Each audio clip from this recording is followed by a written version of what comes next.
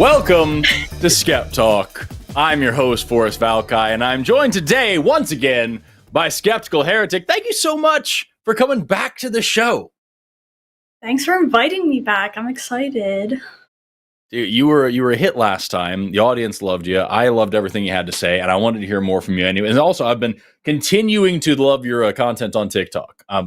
The calm and kind demeanor with which you were able to expose just how unbelievably creepy some of, like, just not just the facets of Christianity, but also the things that people say to you really are. You know what I mean? Like that. It's a magnificent thing to watch. Well, thanks. I feel like I take my anger behind closed doors and then, come back to earth when I make a video. That is a rare skill. That's a rare skill. For everybody out there who's just now tuning in, this is SkepTalk, the show where you, and I'm Forrest Valkai, and today we're going to be talking about a lot of things. We're going to be covering, hopefully, some great calls about religion. Also, we take calls from science deniers of all stripes. If you are a creationist or a flat earther or an anti-vaxxer or a transphobe or anybody else who is upset about the current consensus on things in the natural world, I'd love to talk to you as well. But primarily, this is a deconstruction hub, a place for people who are questioning their religion to come to learn what arguments are on either side, and a place for people who are strongly in support of their religious beliefs to call in and have good conversations, usually pleasant conversations, with people on the other side, because that is a rare thing I find in religious communities, to even know that there are arguments against concepts like God is good or God exists at all. So if you are out there, if you are a theist, a believer, a Christian, a Muslim, somebody who has a God that they believe in, has a concept of heaven or hell that they want to talk about, has a concept of infinity and divinity and divine purpose and all these other things, or if you want to talk about science and things for a little while, I specifically specialize in evolution, and my co-host here is you used to be a Christian, if I remember correctly, right? Mm-hmm. Yeah. So you've got two people with some specific expertise in some area. I was never a Christian. So you've got one former Christian, you've got one biologist who are willing to sit here and talk you through our perspectives on things and hear what you have to say. The number on the bottom of the screen there, 720-619-2288, or use the web link in the description to call in over them internets. We will be taking your calls. The lines are already open, and we've already got one theist waiting for us right now. So before we get started, my friend, tell us who you are. Tell us about yourself. Since you are a returning host, I want everybody to know where to find you. I'm Skeptical Heretic. My name is Taylor. I'm on TikTok mostly. I was evangelical and then switched atheist, obviously. I mostly am just on TikTok, but, banning, we'll see what happens, so. Yeah. Hopefully we can coax you over here to the world of YouTube where things are a little bit more stable, but it's a whole other thing. By the by, we do read super chats on this show, so send in super chats if you want us to read them at the end and go through them. If you have any specific questions for either one of us, please feel free to do that. Also, I'm seeing a lot of people in the chat that are already very excited about is that a Dragonite beanbag behind you? Dragonite Squishmallow. Dragonite Squishmallow, hell yeah. It's in my room this time. That's great. I'm stoked about the mushrooms. That's what I'm here for. Like I'm just giddy anytime I can see like a cool biology poster. Yeah. Also, one last quick thing, just for people who are interested. I mentioned that I am releasing a new episode of Reacteria this month. It is the last day of the month, and I just finished the damn thing. It's been a very exciting and busy time in the Valkai household. So I've been traveling a little bit more than usual. Amber's been traveling a little bit more than usual. We've been all over the place. So I've got that video finished, and I will be releasing it immediately after this show. So stay tuned for that if you want to see that. I will actually set the premiere up towards the end of the show so that we can have that going, and people can you can just migrate over to my channel and watch that thing right after this if you want to watch a truly ridiculous just creationist argument. With that, we're going to go ahead and jump right in and just see where the show goes. Maybe it'll be a short one, maybe a long one, who knows. And we're going to start with our old friend Emma Grace, pronouns they and she, calling in from Scratchy Cats, who is a theist and calls in from time to time to give us incredibly thoughtful, just like conversations about religion and missionary work and the world around us. I'm stoked to see what she has to say today. Emma Grace, you are on the line with Forrest and Taylor. How are you doing today? Hello. I'm doing all right. I had an old student reach out to me last night and invite me over to an Eid celebration. So partied the halal way all night and then had Trans Visibility Day stuff to do. But a friend called saying she was having a C-section and needed support. So I got to watch my first IRL gentle C-section, which is one of the coolest things ever. Whoa. You have had an insane week. And my God. Plagued by, this was yesterday and today. But now I'm just, plagued by Sparkle text thoughts and Sparkle text. Yeah. How are y'all? I love it. Emma Grace over here living a year in 2 days. I'm fantastic. I'm glad to hear that you are doing so well.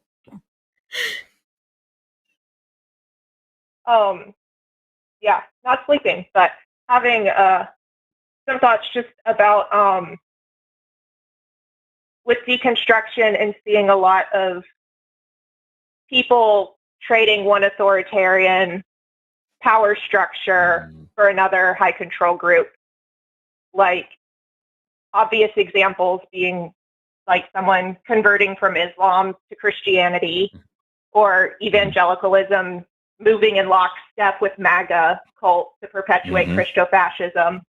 But that has clear steps, which you can mark out and pave the way for that. I'm more wondering about seeing a dangerous trading of one power dynamic for another, going as far as to create another group perpetuating the same cycle, because there's been a deconstruction of oneself within that system, but not the patriarchal, colonial, hierarchical system itself. And I'm just realizing, I think Skeptical, Heretic, and I've talked about this before, of epistemic violence and other forms of colonialism I've seen in non-religious organizations in the West among oppressed people groups is a lot of this top-down power model, similar to the run-of-the-mill Protestant evangelical church that has a pastor as a figurehead and a group of elders that they rally around. And many American-style NGOs have their CEO or president and core board who rally around them no matter what abuse might be perpetuated. So I'm wondering, how do I disentangle myself and biases from abuse of power like that in order to not perpetuate it in the harm and service to others? That's been done in a slightly different manner with slightly different flavor of authoritarianism, if that makes any sense at all. Yeah. Taylor, do you want to start off or you want me to?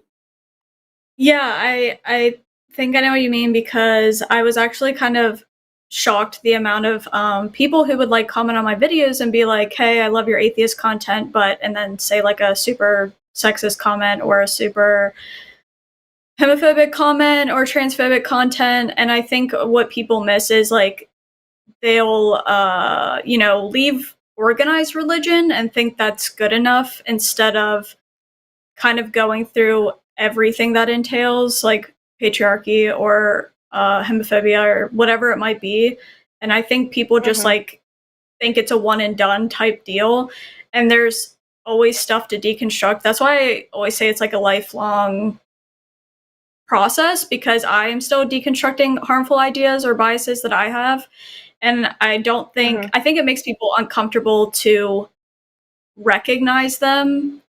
So I think the fact that you're even recognizing that stuff says a lot and sets you apart from a lot of people who aren't willing to deconstruct the even more uncomfortable things than maybe deconstructing just the thought of religion. Yeah. I think there's a few things that you said that kind of stuck out to me. And I've taken some notes here, just kind of trying to get my thoughts in order. I think the thing that strikes me the most, it's first of all, I think you hit the nail on the head when you're talking about like authoritarian like frameworks as a part of especially evangelical Christianity. Like I've said before and I'll say again, evangelical Christianity sets you up for fascism because it is more than most kinds of Christianity that you have this supreme overlord that is beyond question, and you're too stupid and too weak to understand anything that it's doing, so you need to just not even try. And if you question it, it is not only acceptable but preferable for you to be tortured for eternity. And like it really sets you up for this religion of the state that you can't question the government, and if you question the government you can be thrown in a gulag because that's a good thing to do because the government is better than you and you're too stupid. And like it frames that kind of thinking very well. And that's part of the reason why, I suppose, it's not the entire reason, but it's part of the reason why when you see people who are deconstructing, they do sometimes fall into conspiracy theories and like really hateful rhetoric. I questioned the most powerful thing in the universe and it disappeared. So now if I question literally anything, be it, the whether or not there's aliens or the whether vaccines work or whatever else, well, okay, well now those things must disappear as well. And my questions mean that I'm right. So you see that a lot. And especially within the skeptic movement, to your point, you see a lot of like well-meaning atheists turn into like Reddit debate bros, where they're like, you have this major faction of the skeptic community. That I talked about this at Free Flow. You have this major faction of the skeptic community who think that skepticism and atheism and all this stuff, all it is that you are just contrarian.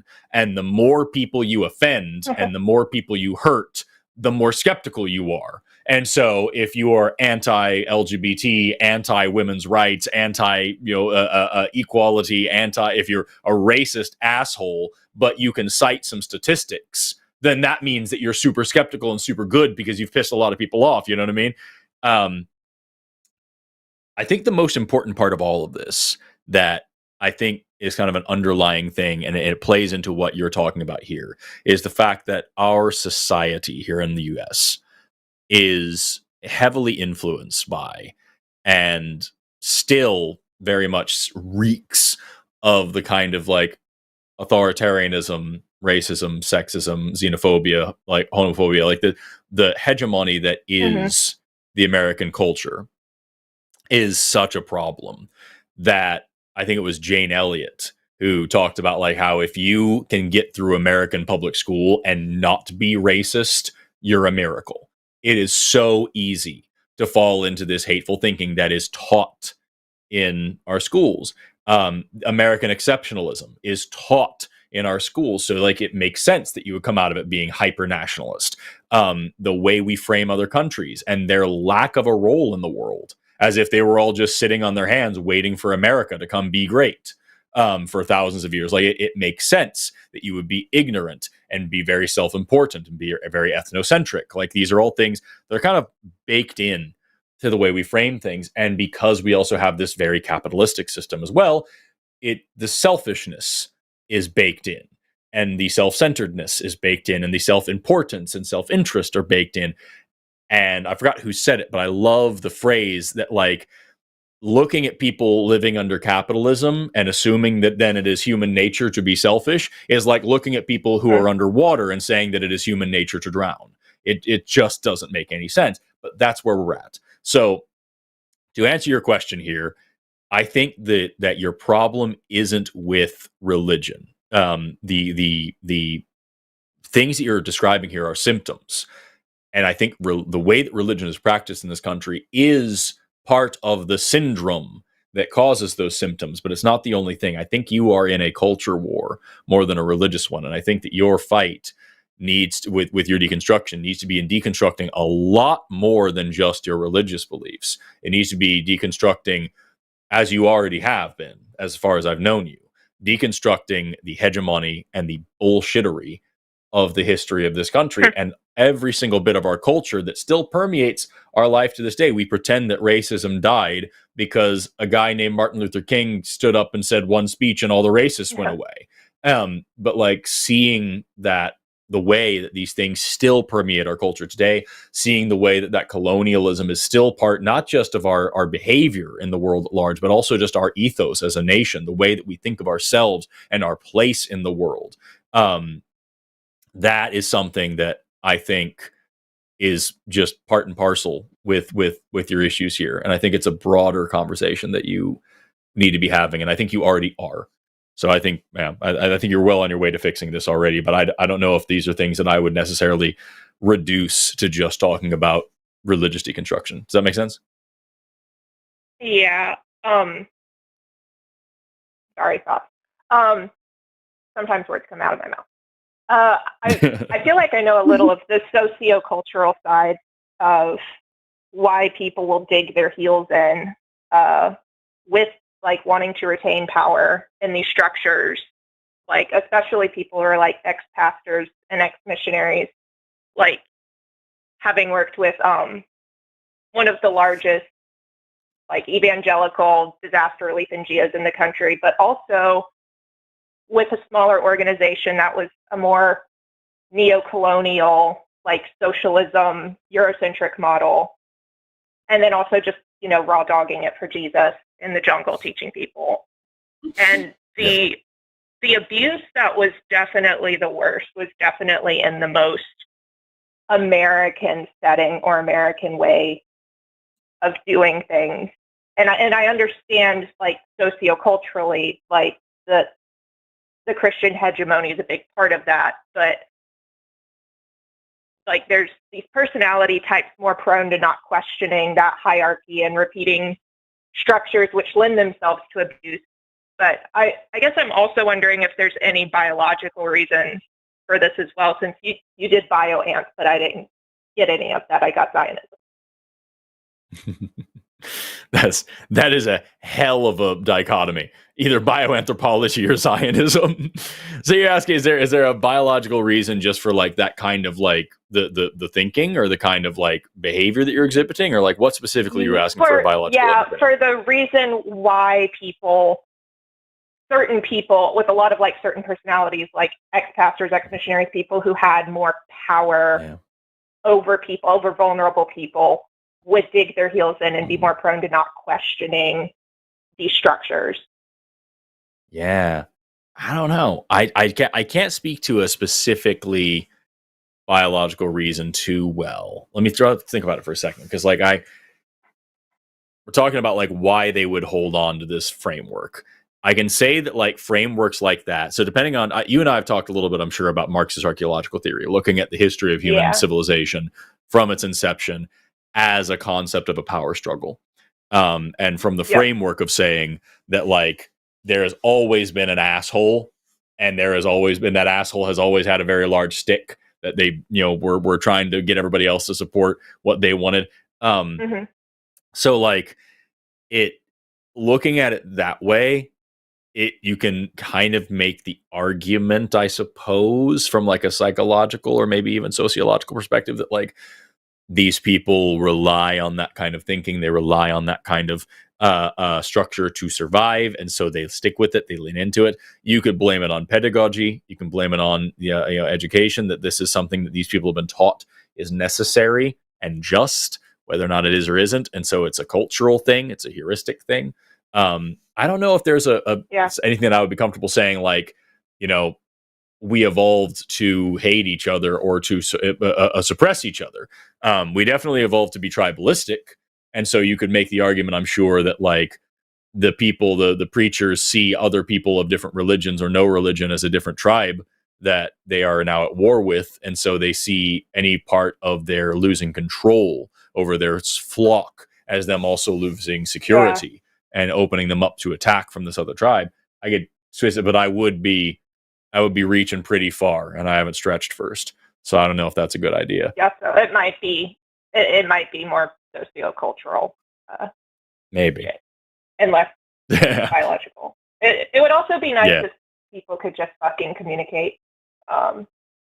Oh yeah, but I mean, fuck, But, dude. yeah. Like, you watch this show, you know how bad that is. No, like the things that like help me with like relationships with people, it's always like referring back to communication is sexy, because otherwise everything just falls apart. But like, Yeah. I genuinely believe that several of like my old cultural like anth professors who are socialists wouldn't be Zionists and would lean more anarcho-socialist if they didn't have like a requirement upon being hired to hold a dispensationalist premillennial eschatology and all of that. And it is hard because like with Zionism specifically, it's difficult because the conflation with the existence of Israel with the existence of Judaism or Jews or like any part of the religion or ethnicity, like, and like that has been a talking point for so long now, for about as long as Israel has existed. And so like it's one of those things where it is so unbelievably rooted now, where if you criticize the government of Israel, you are accused of criticizing the existence of Judaism or Jews in general. That it kind of becomes one of those things where, like, I hate to play into the talking point, but it's one of those things where like it's hard to speak about this publicly, and you want to lose your job and all this. It's, you know, so I don't know, man. I definitely know for sure that like several of my anthropology professors were all socialist as well, and had a very strong anarchist leaning to them. And I know there's a couple of people that I follow that I'm mutuals with on TikTok that are anarchist anthropologists that talk about that a lot, and talk about why it is so common for anthropologists to become anarchists, because you look at exactly this. You look at the history of human civilization, you look at the history of power, you realize how destructive these things are, and you realize that humans are just fine by themselves. We don't become selfish assholes that just rob and cheat and steal and rape and murder and all these things as soon as we get the freedom to do so. We actually take really good care of each other, and we're generally a pretty just species.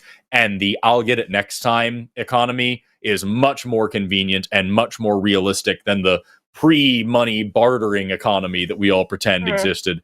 Yeah. So like, yeah, that's all, you know, something that I see quite a bit. I don't know. I'm sure in different organizations, if you go to fucking Columbia University, you're not going to see any of this. It's just going to be a hell. But like, depending on where you go, who knows? Gotcha. I feel Anyway. like both of you have given me a little bit of a launching off point, I guess. Or well, Good. Already launched, but I don't know. Continuing to free fall, I guess. Giving you a little bit more solid fuel or whatever. I guess, holding space for these discussions. No, most definitely. I appreciate every time you call in. Seriously, we love having you. We love the conversations we get to have with you. It's a rare thing on these shows to like really just sit down and seriously think about the effects of the world that we live in, as opposed to just arguing about whether or not it's, you know, justifiable to drown an entire population because God regretted making us. I don't know, man. It's a different vibe, and I'm here for it. People just need to fucking communicate. People just need to fucking communicate. That's the tagline for the show, to be perfectly honest with you. Anyway, I really appreciate you calling in, Emma Grace. Is there anything else we can do for you today? I don't think so. All right. Well, I look forward to talking to you next time. Y'all have a good night. As I said, someday you're going to call in with that tag saying atheist, and we're all going to throw a party. We'll see. We'll see you later, Emma Grace. Always a charming conversation. People do need to fucking communicate, and if you are a theist or a believer in Christianity or one of the big Abrahamic religions or some other thing, if you believe that the universe is God or that there's some spirit realm out there that we can communicate with, if you want to talk about ghosts or Bigfoots or Loch Ness monsters, if you want to question evolution or the Big Bang, you can also fucking communicate with us. The number on the bottom of the screen is 720-619-2288, or use the web link down in the description. We're here to talk to you. Taylor, do you have any other thought before we move on? Because we have somebody on the line already. Do you have any other thoughts about anything there? Because I feel like I was rambling for a minute about everything. No, I I feel like she's so thoughtful with everything she says that it almost doesn't prepare me for some other people that I see call in, but I'm Right. ready. It's like the next call looks interesting, but like I hope very seriously that it's just hell. Just to get on the complete flip side, it's got to just be an absolute jerk. We'll see. We'll try it though. We'll see what happens. Let's talk to DeAndre, any and all pronouns, calling in from Lanky Alligators, who's a theist who wants to talk about why it's easy to fall back into religion. DeAndre, you are on the line with Forrest and Taylor. How you doing today? I'm fine, thank you. Yeah. So what did you want to talk about? Just for the past 2 years, I've been trying to actually, I thought I was deconstructing my beliefs, but then I fell back into believing again because of a personal experience. And I guess because my entire family always worships. They always say they need to pray, you need to believe in a God. So I thought I was on the path to actually becoming an atheist or a skeptic, but it seems like I just so quickly went back to religion. Mm. Do you think that's you because said, Sorry, I'm sorry, you go ahead. No. Oh, I was just going to ask, do you think that is because religion is your comfort zone and being atheist or skeptic makes you feel isolated from your family or loved ones? I guess it does, but yeah, I guess I feel that way. But at the same time, I don't really know how I feel. Like, I feel like that as soon as I tell them anything about any of my beliefs that they don't agree with, I feel like I might get cut off from my family. Yeah, Sounds like you have that's a shitty really hard. family. Yeah, it's really hard if you have a family who isn't allowing you to express your genuine feelings and thoughts about something. That's pretty isolating. And I understand when people, because of that, either don't tell their family or go back to it because it's really hard and really isolating. Also, depending on I don't know, the rest of your community or where you live, whatever it might be. That's really hard. And the thing that atheism and stuff kind of lacks that Christianity has a really good grip on is community, because you meet up every week in person and they have all these activities and stuff like that. So it can feel like a major shift that is really hard to deal with. Yeah. That is one of the things when we... Oh, I'm sorry. You had a question? Oh, I was just going to ask, do you feel like if you continue being an atheist, they're just going to completely stop talking to you? Is that your fear? Honestly, yes. I feel like maybe my sisters won't, and maybe not even my dad, but I know my mom, who is very heavily religious, and my aunties who are even more religious, definitely probably might stop talking to me. Or at least treat me colder. I'm sorry. I hope you know that you do not deserve that, even though I know there's not, an easy answer, but you definitely do not deserve that. You deserve to be your own person. You owe that to yourself. Yeah.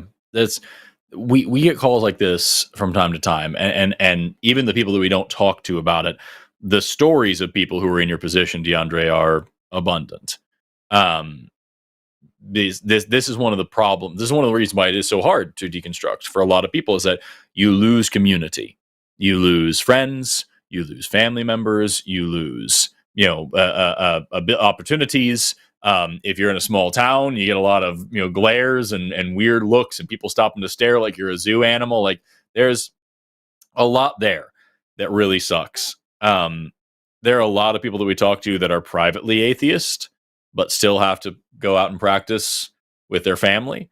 There are other people that we have been able to kind of coach through a conversation a little bit of like talking to the family and just saying, hey, like, I love you guys so much that I'm willing to be honest with you. I'm not comfortable with these parts of this anymore. I hope you love me enough to accept me in that.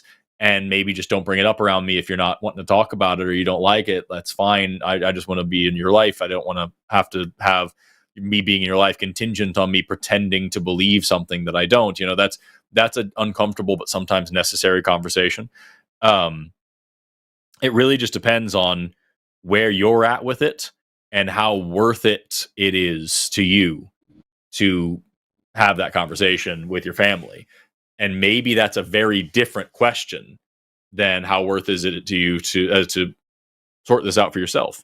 So where do you think you're at? Like, is this, even if you were to fully deconstruct, does that mean that you couldn't continue to participate in this and just wear a mask? Would you be interested in trying to flesh this out with your family a little bit and try to find some common ground? Is it just more convenient to just pretend? Is that a life you want to live where you're just pretending? Where are you at? And I want to. Every time they ask me, pray, God bless you, pray about a situation, or to ask God for guidance, I want to tell them, like, specifically, I don't believe in a Christian God. I want to say that. Mm-hmm. Or at the very least, I want to tell them I kind of don't almost believe anymore in any type of God. But at the same time, I'm living with my parents. I'm helping to pay rent because we can't afford to live without each other. So I'm just in this weird situation almost. Mm-hmm.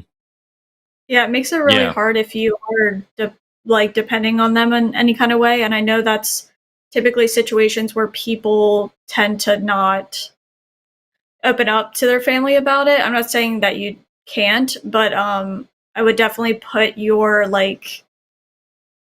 needs as far as like living and stuff first. I mean, you do what you think is right, but it's hard. It's harder if you depend on them because, you know, of what could maybe happen.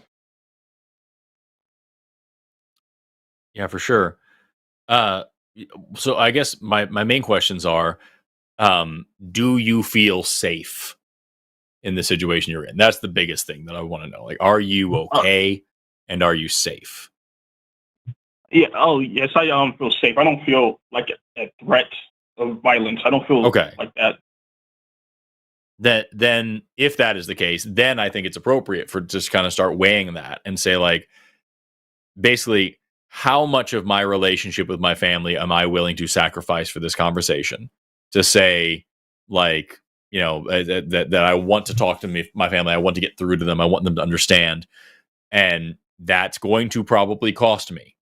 So, like, how much of my relationship with them am I willing to sacrifice for this? Is it any?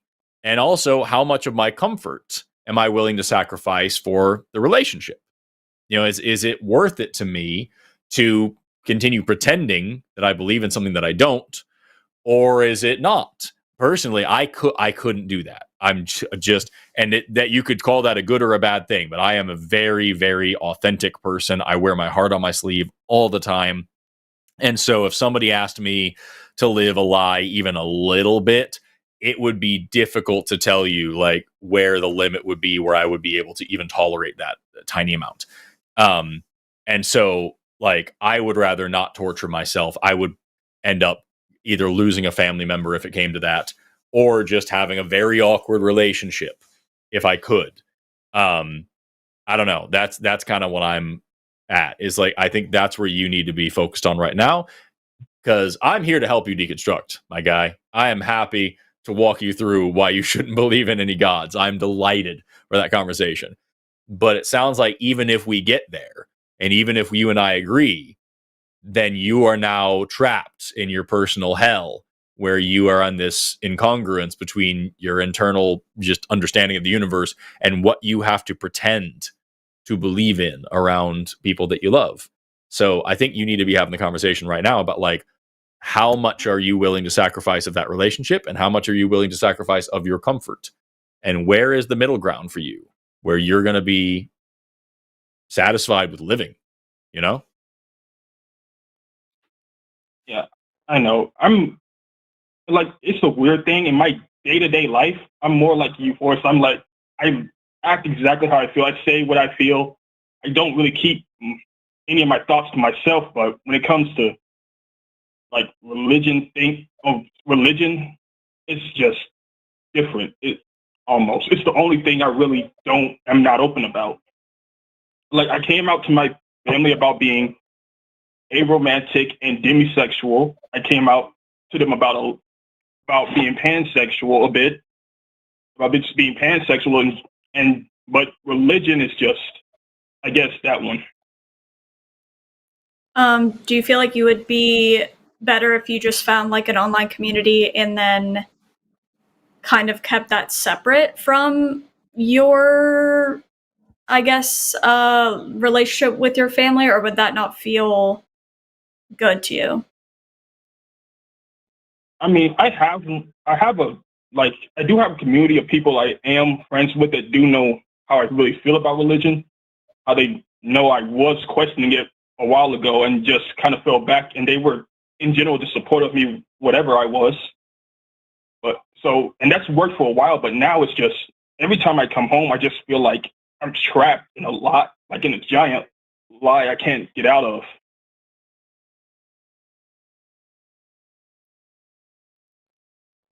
Yeah, that's understandable. I know every situation's different, so it's hard for me to like, obviously I don't have the right answer, but I will say Recovery from Religion has different support groups, and they have a specific support group for people who are basically closeted atheists, if that's how you want to say it.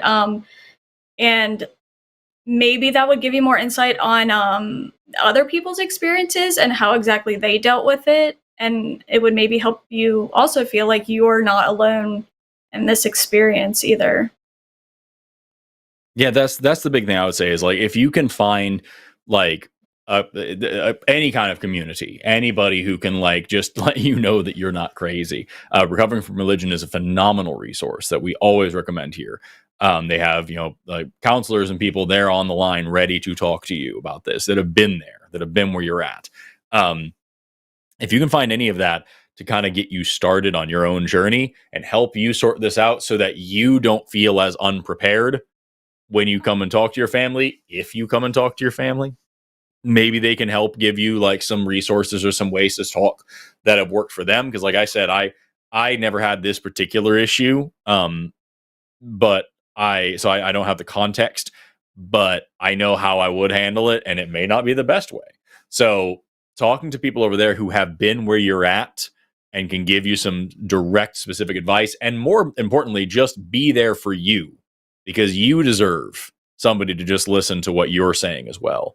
That I think is an incredibly important thing. So I would encourage you to start off calling Recovery from Religion and talking to them a little bit about where you're at and what you're dealing with, and ask questions about how to deal with these family members. And then, like I said, I think you need to be having these conversations with yourself about like whether or not you are willing to put yourself out there in this way, or maybe there's another way to do it, you know?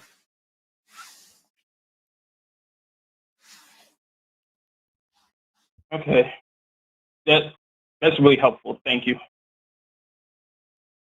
Good.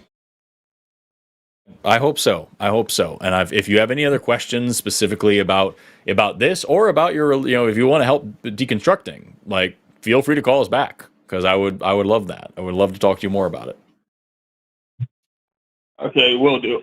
But maybe the next call will be me admitting that I'm now an atheist, or hey, I would look forward to that. I hope so. I sincerely hope so. All right. Thank you so much, DeAndre. I appreciate you calling in, and definitely call us back sometime. Thank you, guys. Bye. Take care. Bye-bye. I'm very sad. We just had a person in the screening room. They called in, and they were in the screening room, like getting started, and it said they refused pronouns, and they had called in before, and something like crazy about like I remember what it was. It was some ridiculous thing about Christianity, but like I wanted, and then they dropped. They were being screened and they just dropped off. They didn't get hung up on. I don't know. I want that person to call back. It doesn't matter. Really quickly before we right, please. That we always have people who get banned in the chat because they come here to preach and they get kicked out of the chat. Call in. We always have people who call in and they get into the screening room, and when they realize they can't just shout obscenities and slurs on the air, they drop off. And like it's a whole thing. Kalasia says it was a banned caller. I don't know about that.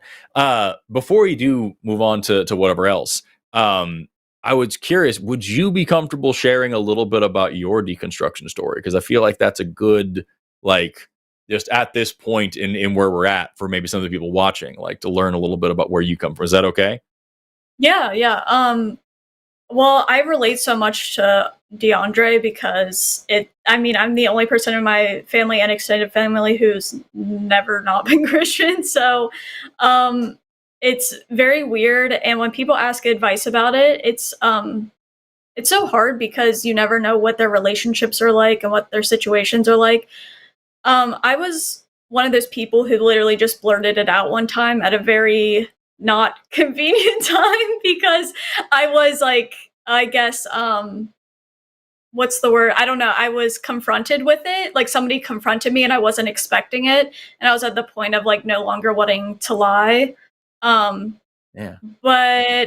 my siblings are the closest family I have to me. And now they know it wasn't the best at all. But it could have also been a lot worse where they say, we're done with you, blah, blah, blah, blah. But those situations are really hard. And I think that is probably the hardest part of deconstructing for a lot of people because it's so painful when you don't feel like your family is accepting like who you actually are and instead want you to be a different version of yourself is very not good. But my politics changed before.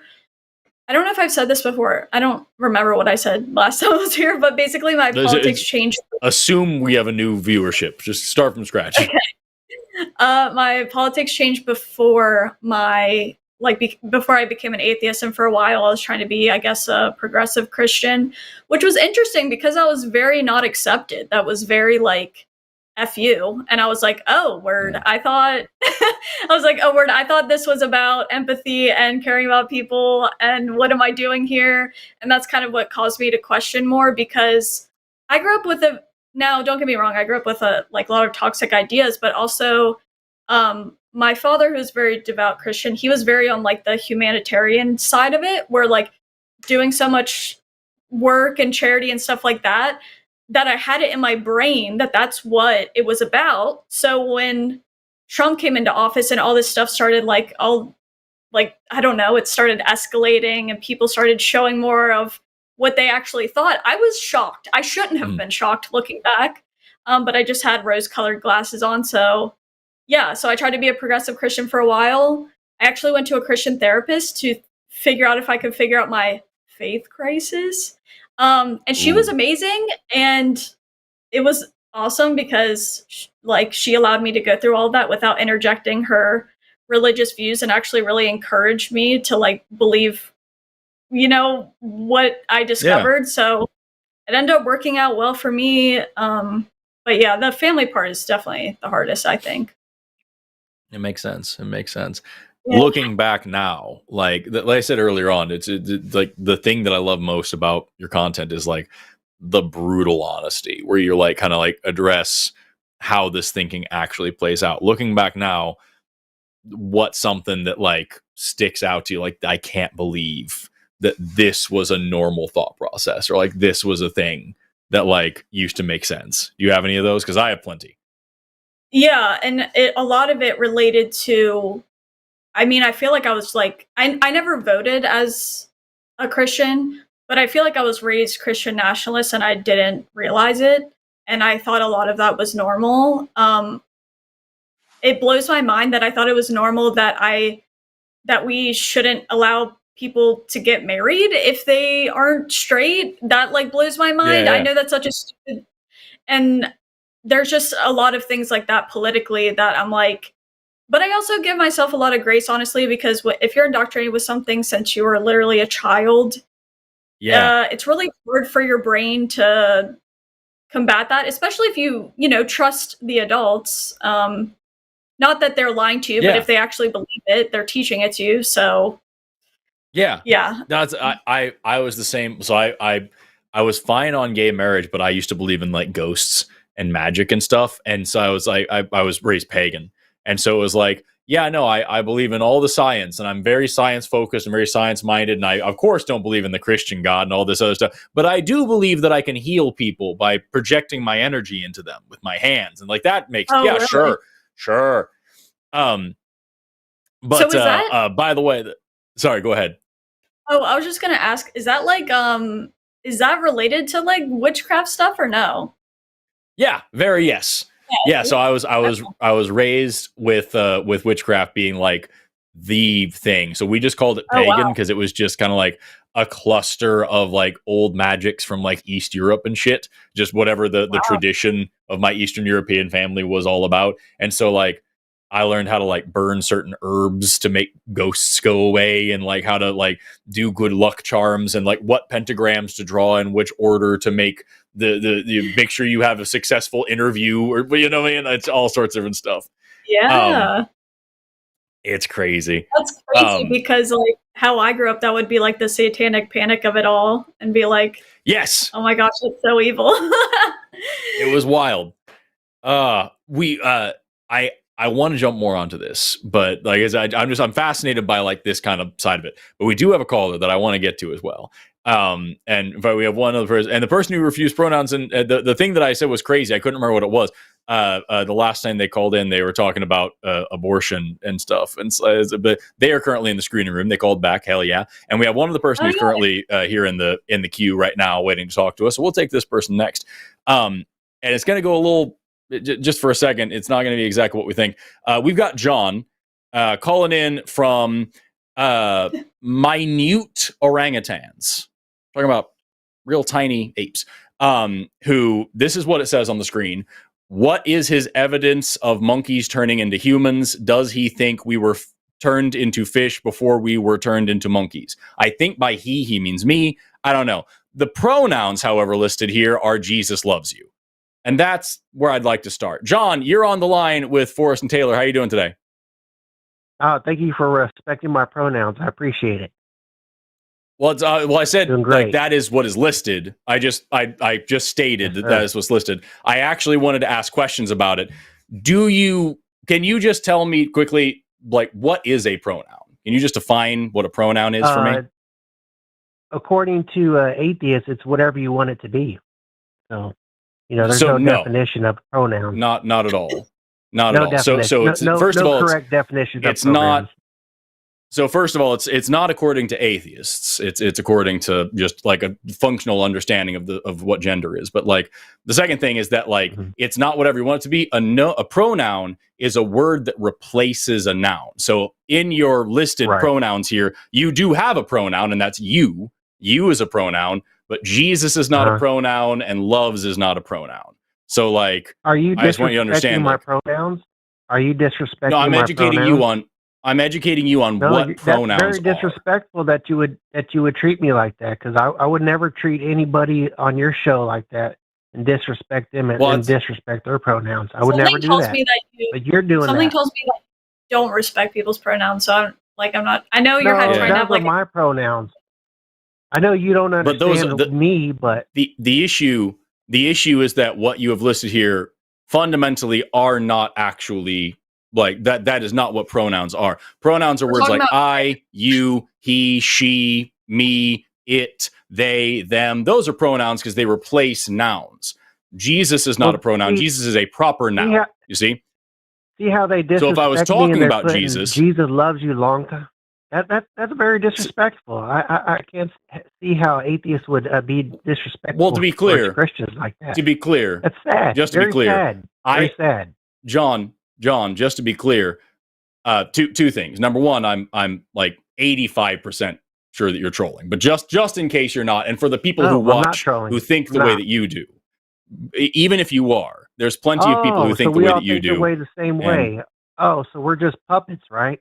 We're just John, puppets. is there So is something that you what want I to said at all? about? No, that's not what I said at all. I said the for the people who are watching that think the way that you do, because there are some people that think the way that you do about pronouns. I've talked to them on this show. For the people watching, I'm happy to go through it, but just if we're talking about disrespect, as an atheist, I find the phrase Jesus loves you very disrespectful. I think that's a hateful thing to say to somebody, whether you realize it or not. So me going over the basics of like just English grammar and like how grammar works and what words are, that's not disrespectful. You are being disrespectful, not only to me, but also just to like people who understand what gender is as a concept. That's an issue for us. So I'm happy to talk with you about evolution, but before we go anywhere with it, we're going to have to agree on the definition of the word pronoun. Let me say one thing. We'll let this go after this. See, you said what a pronoun was, and then you changed Jesus loves you to a hateful thing. So I guess we don't have a common, language, understanding with the American people with this atheism, I guess. I don't know. So that's not a language issue. That's not a language issue. That is Jesus loves you is hateful, according to you. Yes. That makes a lot of sense. No, not to me though. Right, but that's because you and I have different fundamental beliefs in what is good and what is moral and like different views of this religion. That's just a difference of interpretation. That's not a difference in like trying to redetermine what language is. So again, that's a difference can't stress this enough. Interpretation. Jesus loves you is an interpretation. I don't think so. No, that's okay. So how do you interpret the phrase? How do you interpret the phrase Jesus loves you? What do you think those words mean? Well, has your dad ever told you that he loved you? Yes. What did that mean? Did that mean that it's hateful towards you? Did it mean that he was hateful towards you? No, not at all, because my dad isn't I've never Jesus. heard that in my life. Not one time, but I leave it to an atheist to say that. So would you like me to explain to you why I'm saying that, or do you just want to continue having an issue with it? Not really. Okay, so that's a fundamental problem. That John is why you think that Jesus loves you are pronouns, because when you are confronted with a new idea, you just say, I don't want to learn about it. That's so ridiculous. Only somebody like you could think about it, and you dismiss it. I'm happy to explain to you why I'm saying those things. Humor me why you think that Jesus loves you is hateful. Go ahead, humor me. I'd be happy to. So, and I'm sorry, Taylor, we'll hopefully open this up a little bit more here in just a second. I'm loving it. This is I love it. This is amazing. I was apologizing to my co-host because I've been kind of bogarting the call for a second, but I just want to be clear about what this is. So the phrase Jesus loves you, I find very hateful because of the religion from which it comes. So my dad telling me he loves me, that's a delightful thing because he does, or he did. He's very dead. But like, he did love me, and he would never hurt me for not loving him back. The concept, the fundamental root basis of Christianity is that human beings, by our very nature, by the fact that we are born, are sinful, corrupt, broken, wicked, evil creatures. We are all born in sin, and we are all sinful by nature. And for that reason, if we do not repent and if we do not turn to Jesus and we do not confess that Jesus is Lord and all these different things, depending on what denomination you're in, do these various things that allow Jesus into your heart and in your life, it is not only acceptable, but actually a good thing that we are sent to hell to be tortured for all eternity. Again, depending on what denomination, some people don't believe in a literal hell. It doesn't matter. Right. So again, it depends on the denomination. It depends on the denomination, John. It's a good thing. John, can I say one thing? John, no, you can't, because I'm finishing the sentence. If you want to interrupt, if you want to talk about it, give me a minute. I'm finishing what I'm saying.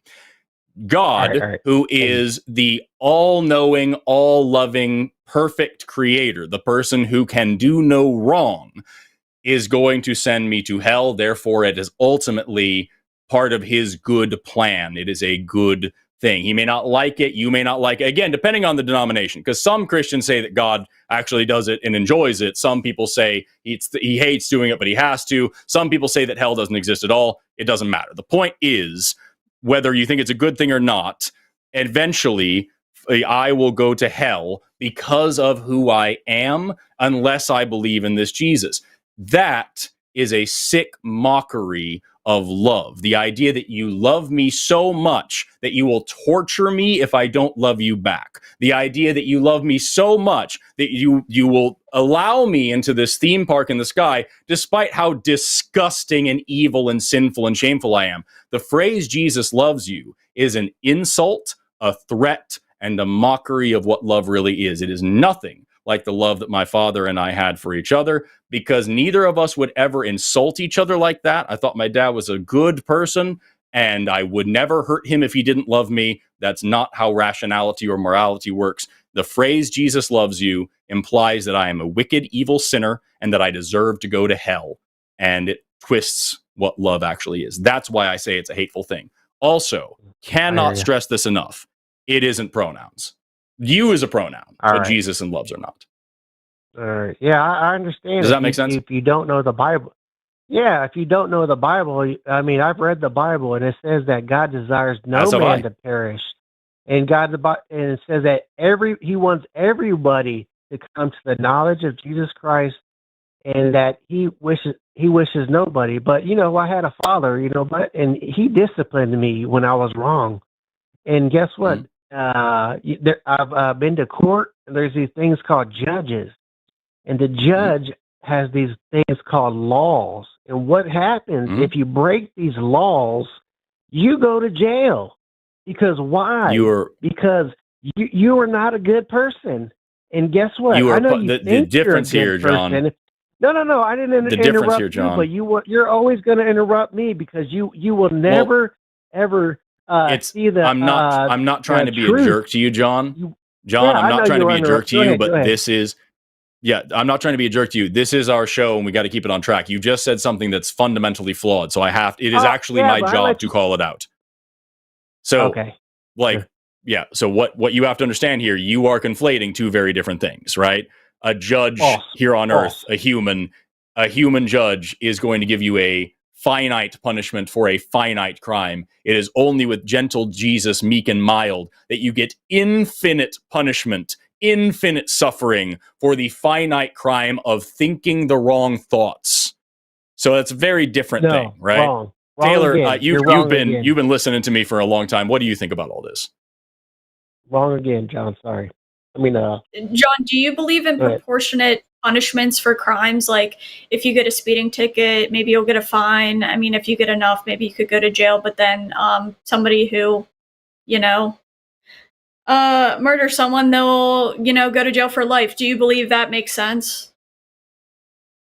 Well, yeah. I mean, I understand that there's horrible people out there, and guess what? Okay, they deserve to be locked up forever. And do you think that's a core part of justice, is having proportional punishments for the specific crime? Correct. Okay, so why do you think that hell is a proportionate punishment for finite crimes and for any crime at all? That doesn't make any sense, because none of it's proportionate. It will if you read the Bible. Have you ever hated to somebody? Clarify? Have you ever hated? Infinite suffering for eternity is an impossible thing to call proportionate for literally anything. If I am the worst monster in the world and I spend my entire life killing and hurting and raping and murder and all these things, my life still ends. It is still a finite thing that I've done. So infinite suffering and infinite punishment cannot possibly be proportional. Well, I mean, you're leading a lot of people to a doom, to an evil place. So your judgment is going to be correct. But even if that was true, it would still be disproportionate if it was infinite. I would highly disagree with you. Highly. How? Because, like I said, you are leading people down to the wrong road. If I was somebody leading, hold on, give me 1 second, 10 seconds. If I led somebody in a court of law I put somebody in the worst place you could ever be. I did that. what would my punishment be? The worst thing that they could ever throw the book at me.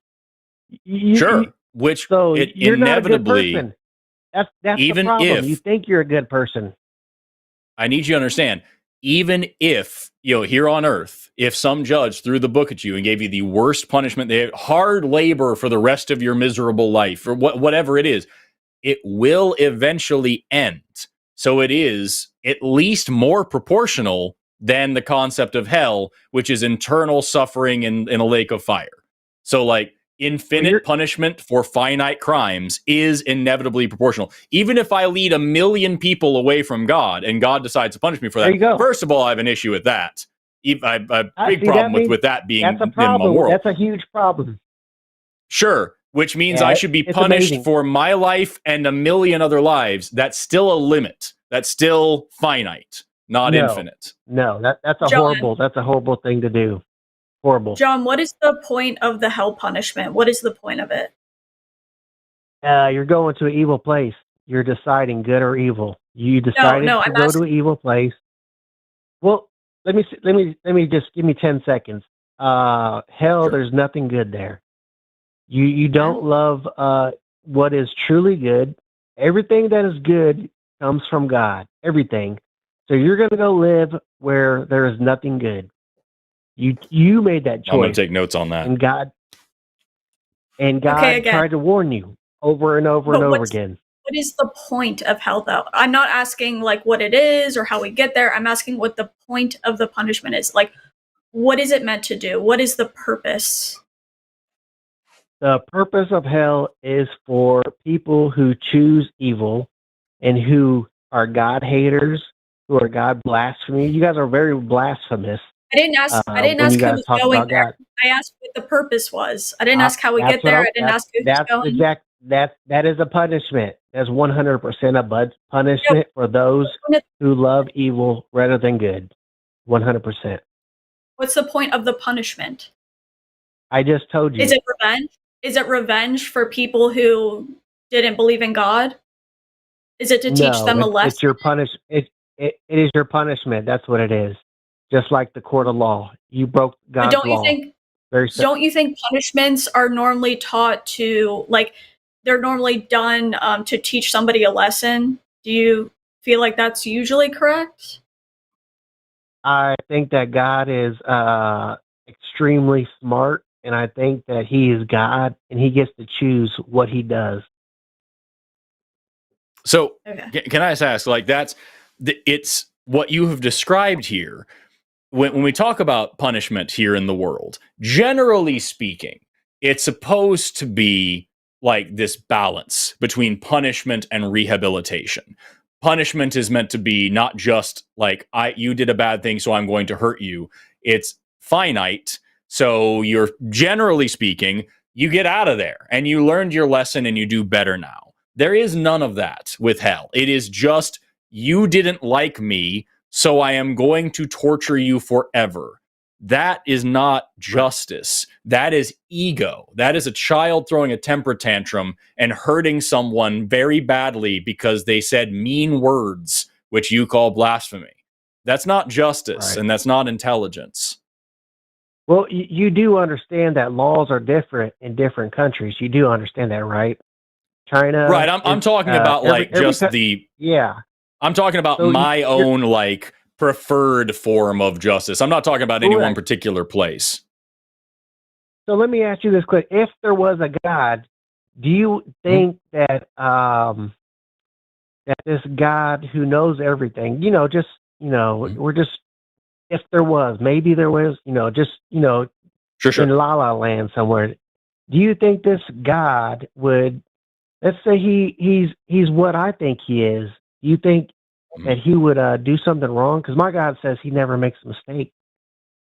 I am going to answer your question.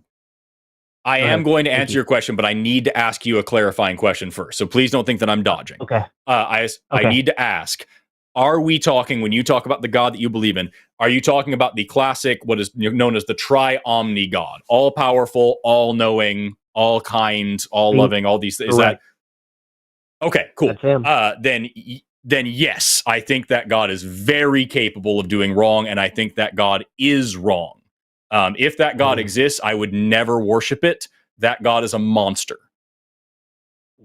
There you go. Well, that's where you're wrong again, because if John, I have a question. I said if, hold on, let me say this one thing. Yeah, please. If there is this God, he's perfection.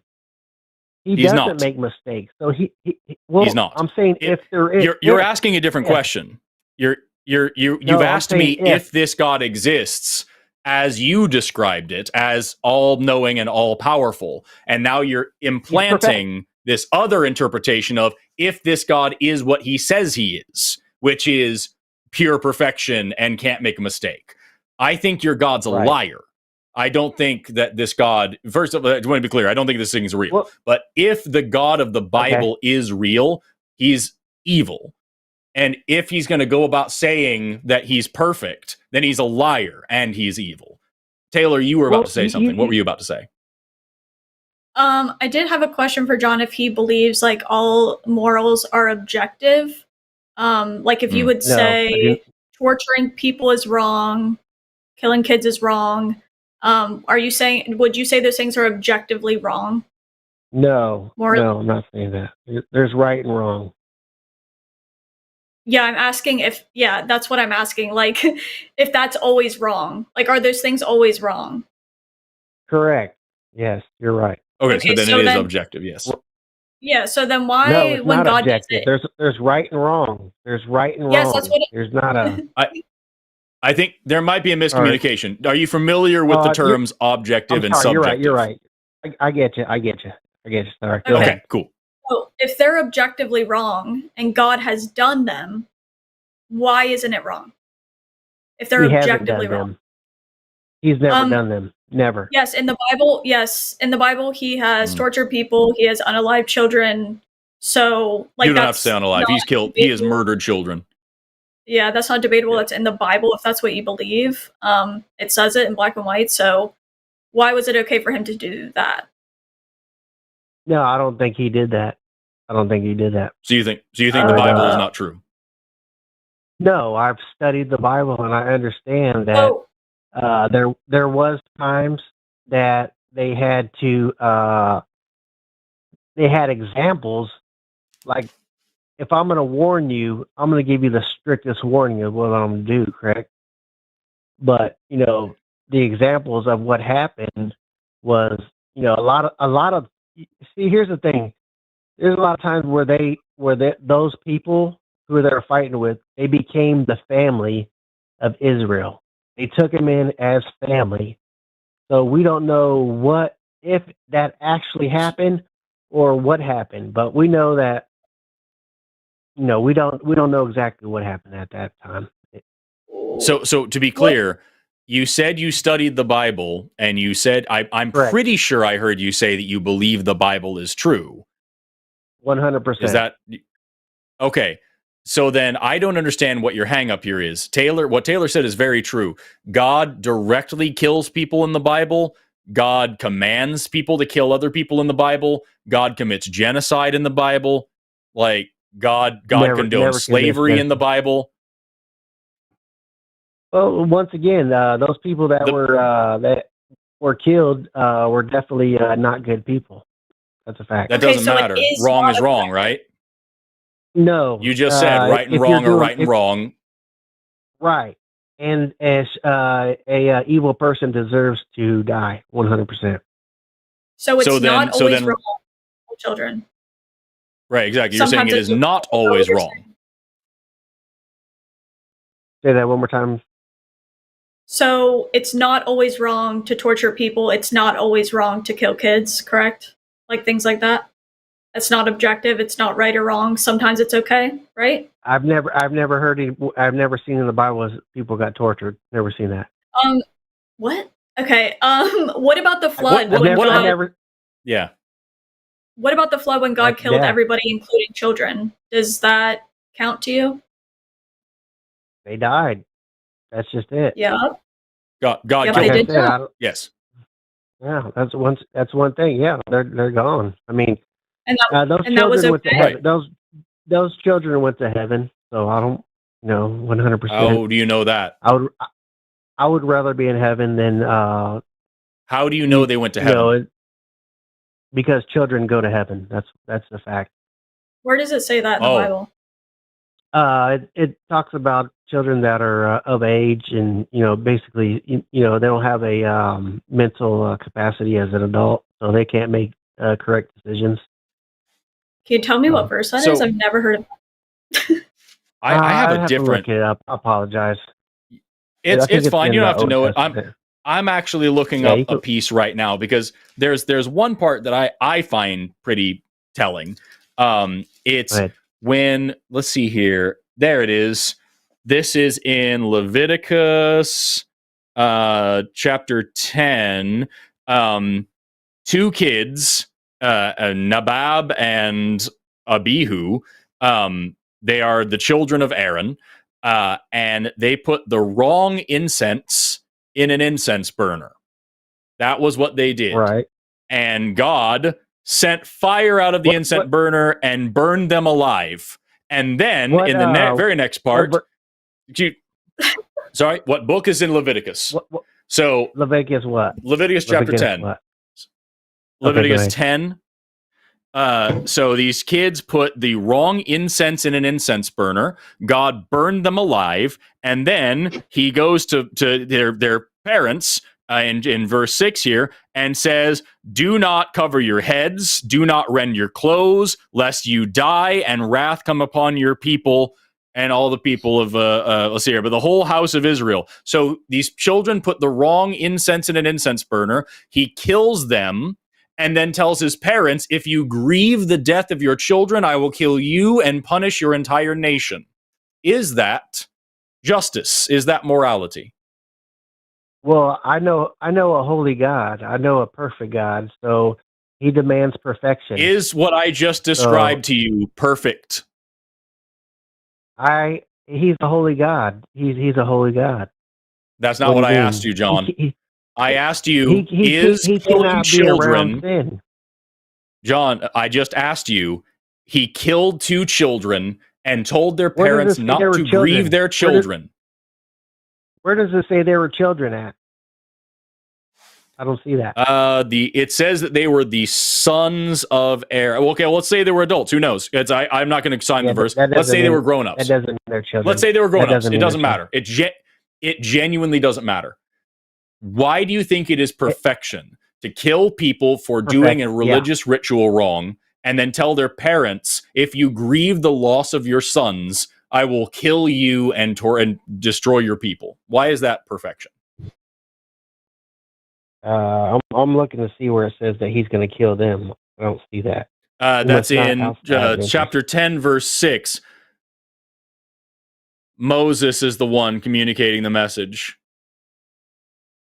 Okay, yeah, you're right. He does say that. Well, once again, you do know why Jesus came and died for our sins, correct? I would like you to answer the question I asked you. I'm answering that question. That's a very simple question. He died because human beings in a sinful nature, we cannot be around a holy God. It's impossible. Very impossible. So what about the time they are? I'm telling. Give me 1 second. They are in the They are in the holies of holies. This is a perfect place. So they knew exactly what they were supposed to do, and that priests, when they would walk into the Holy of Holies, if they had sin in their lives and they didn't correctly sacrifice I think it was goats or sheep, and they would die too because they had sin. So, they knew it. They knew you could not go in. They knew what they were doing. Let me ask you a slightly different question, because I feel like you're getting lost in the sauce here on what God is allowing. Here's just I would also like to make it simple for you. I'm going to just switch to a different verse. I feel like you're getting lost in the sauce about God gave this commandment. He was supposed to do this and that. And you talked about children earlier. Here's 2 Kings chapter 2. Are you saying I won that last argument? No, I think you missed. No, I think you missed what I was trying to get at. I hit that on the head. I hit that on the head. No, see, John, I'm switching to a different story because I think you missed what I was trying to say, and so I'm giving you a different example. I won. Go ahead. No, so I'll tell you what. I will give you this different example, and then I will also address your point about Jesus dying on the cross to demonstrate why what you said not only didn't win the argument, it actually made it worse for you.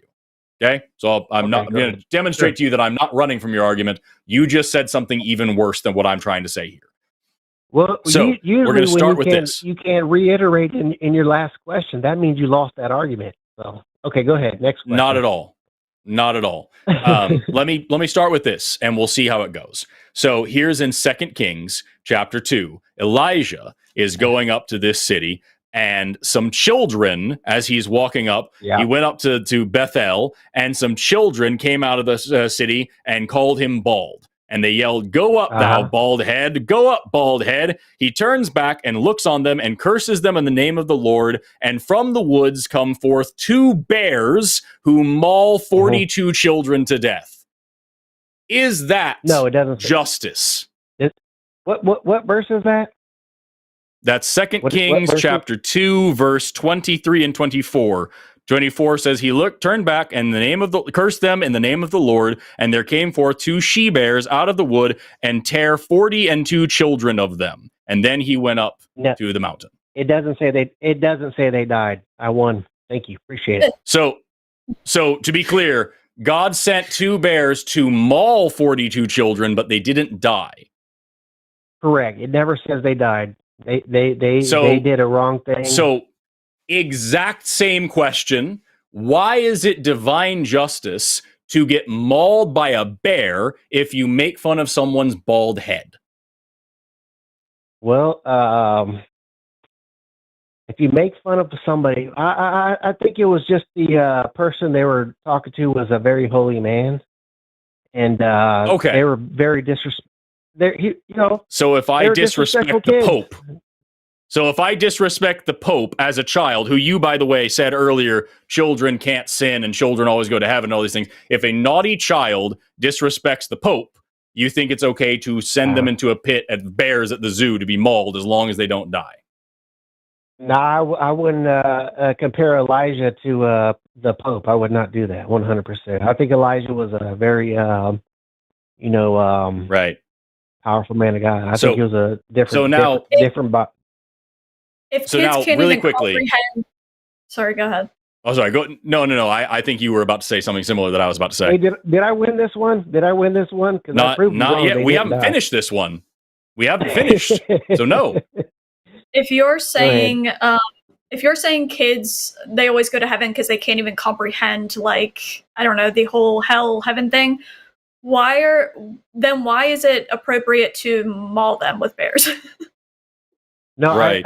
I said that they don't because they're not adults. They can't make correct adult decisions. They're kids. Yeah. That's what I said. They can be mauled by a bear like an adult can. They just can't make correct decisions. Well, just like kids get spankings, they need to be taught a lesson. Sorry. And also in Leviticus it says that if you disobey your parents, you can be stoned to death. Oh, I guess I'll tell you this one thing.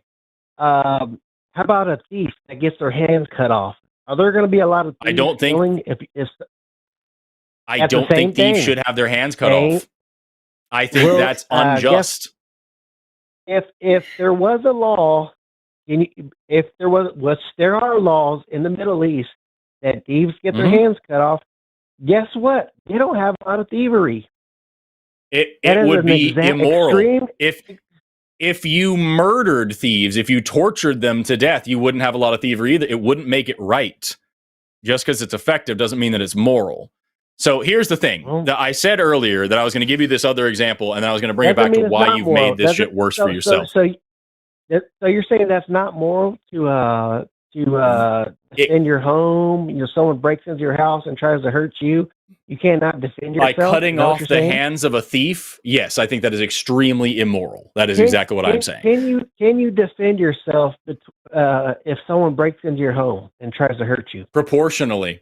Proportionally. But that's not the point. Okay. The point is, if someone steals an object from me, if someone steals an object, I'm not going to hurt their physical body by cutting off their hands and destroying their ability to get certain jobs and to feed and take care of themselves and all sorts of other things. That's insane. But that's not the point. The point is, I said before we got into the Elijah story that I was going to circle back and show you why you did not win the last point, as if this is a fucking contest, by demonstrating why what you said about Jesus actually makes things worse for you. And I'm going to do that now. Go ahead. Here's the issue with all of this. And it circles back as well to the answer you gave to Elijah, that Elijah is so holy that it was okay to maul children with bears because they insulted him by calling him bald. God could have just given him fucking hair, but whatever. The issue here is that God is the one that makes these rules. Am I right? God is the one who decides what's good and bad? Oh, yeah, 100%. Right. And God is the one who determines the punishment for breaking these rules. Am I right? 100%. Right. So here's the thing. And this circles also back all the way back to when we talked about why Jesus loves you is such a shitty thing to say. I love lots of people in this world. If one of those people broke one of my moral rules, I would talk to them about it and help them understand why it was a problem. And if we couldn't see eye to eye, I would leave them and let them out of my life to let them do what they want to do. If they did something really egregious, I would try to seek justice that was proportional. If someone ever did something that broke my moral code, I would never hurt them like God hurts us. God set the rules and then set the punishment for the rules. And God at any time could change the rules. But instead of exhibiting love, instead of saying, I forgive you for your sins, I made you sinful, I created you, I made the problem, because I put a tree in the garden and told you not to eat it, and knowing that you're a child that wouldn't know any better, knowing that you didn't know right from wrong and shouldn't be punished. You just said children can't be punished. They don't know right from wrong. Adam and Eve didn't know right from wrong. They were literally born yesterday and didn't have the knowledge of good and evil yet. They couldn't have comprehended what they did. God allowed the serpent into the garden, allowed the serpent to tell them the truth, and allowed them to eat the apple that, again, he left in the garden for them to do that. He could have put it in a different goddamn garden or not made it at all. God set up this scenario and continues to allow people to be born and continues to allow people to sin. And rather than being loving and saying, I forgive you no matter what, because that's what a good loving person does, God created a loophole in the moral system that he created by sacrificing his own son to himself, and the son is also him or whatever, and does this filthy human sacrifice to create a loophole in his own stupid rules so that he can love us conditionally and forgive us if we agree to be subservient to him and to sacrifice our critical faculties and our ability to think for ourselves and fight for ourselves and reason for ourselves and stick up for ourselves. If we give it all up and just become sheep in his flock, then he will act like he loves us and allow us to do whatever fucking living forever. And if not, we get the unjustifiable, immoral, disproportional punishment that we talked about at the beginning of this call. All of that is not a lesson in morality or justice or goodness or, as you call it, perfection. It is a lesson in stupidity, arrogance, ignorance, and self-fucking importance. That is what that is. Yeah, well, you got a couple things wrong there. I know you talked like for 10 minutes, but let me. Well, God doesn't make robots.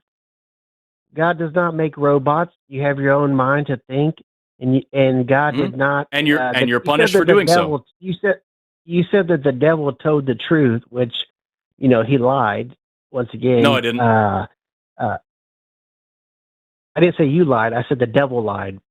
No, I didn't say the devil told the truth. I said the serpent did. Nowhere in the Bible does it say the serpent is the devil. I'll disagree with you on that 100%. I can read the verse to you. In Genesis, it says serpent. It does not say devil. It does not say Satan. It doesn't actually mention that character for quite a while. In Genesis, that's a very the serpent. Easy, you could Google. Anybody could Google that in 2 seconds. You'll find it. I guarantee you that. Okay, let's do it right now. All right, thank you. But let me say one thing. Does the Bible say robots. the serpent in the garden is the devil? Let's just see. Let's see here. I mean, but let me say one thing. God, sure. He gives us our own mind. We have our own mind, which is an incredible mind. I don't understand how people think that our mind just, evolves, and that's 100% false.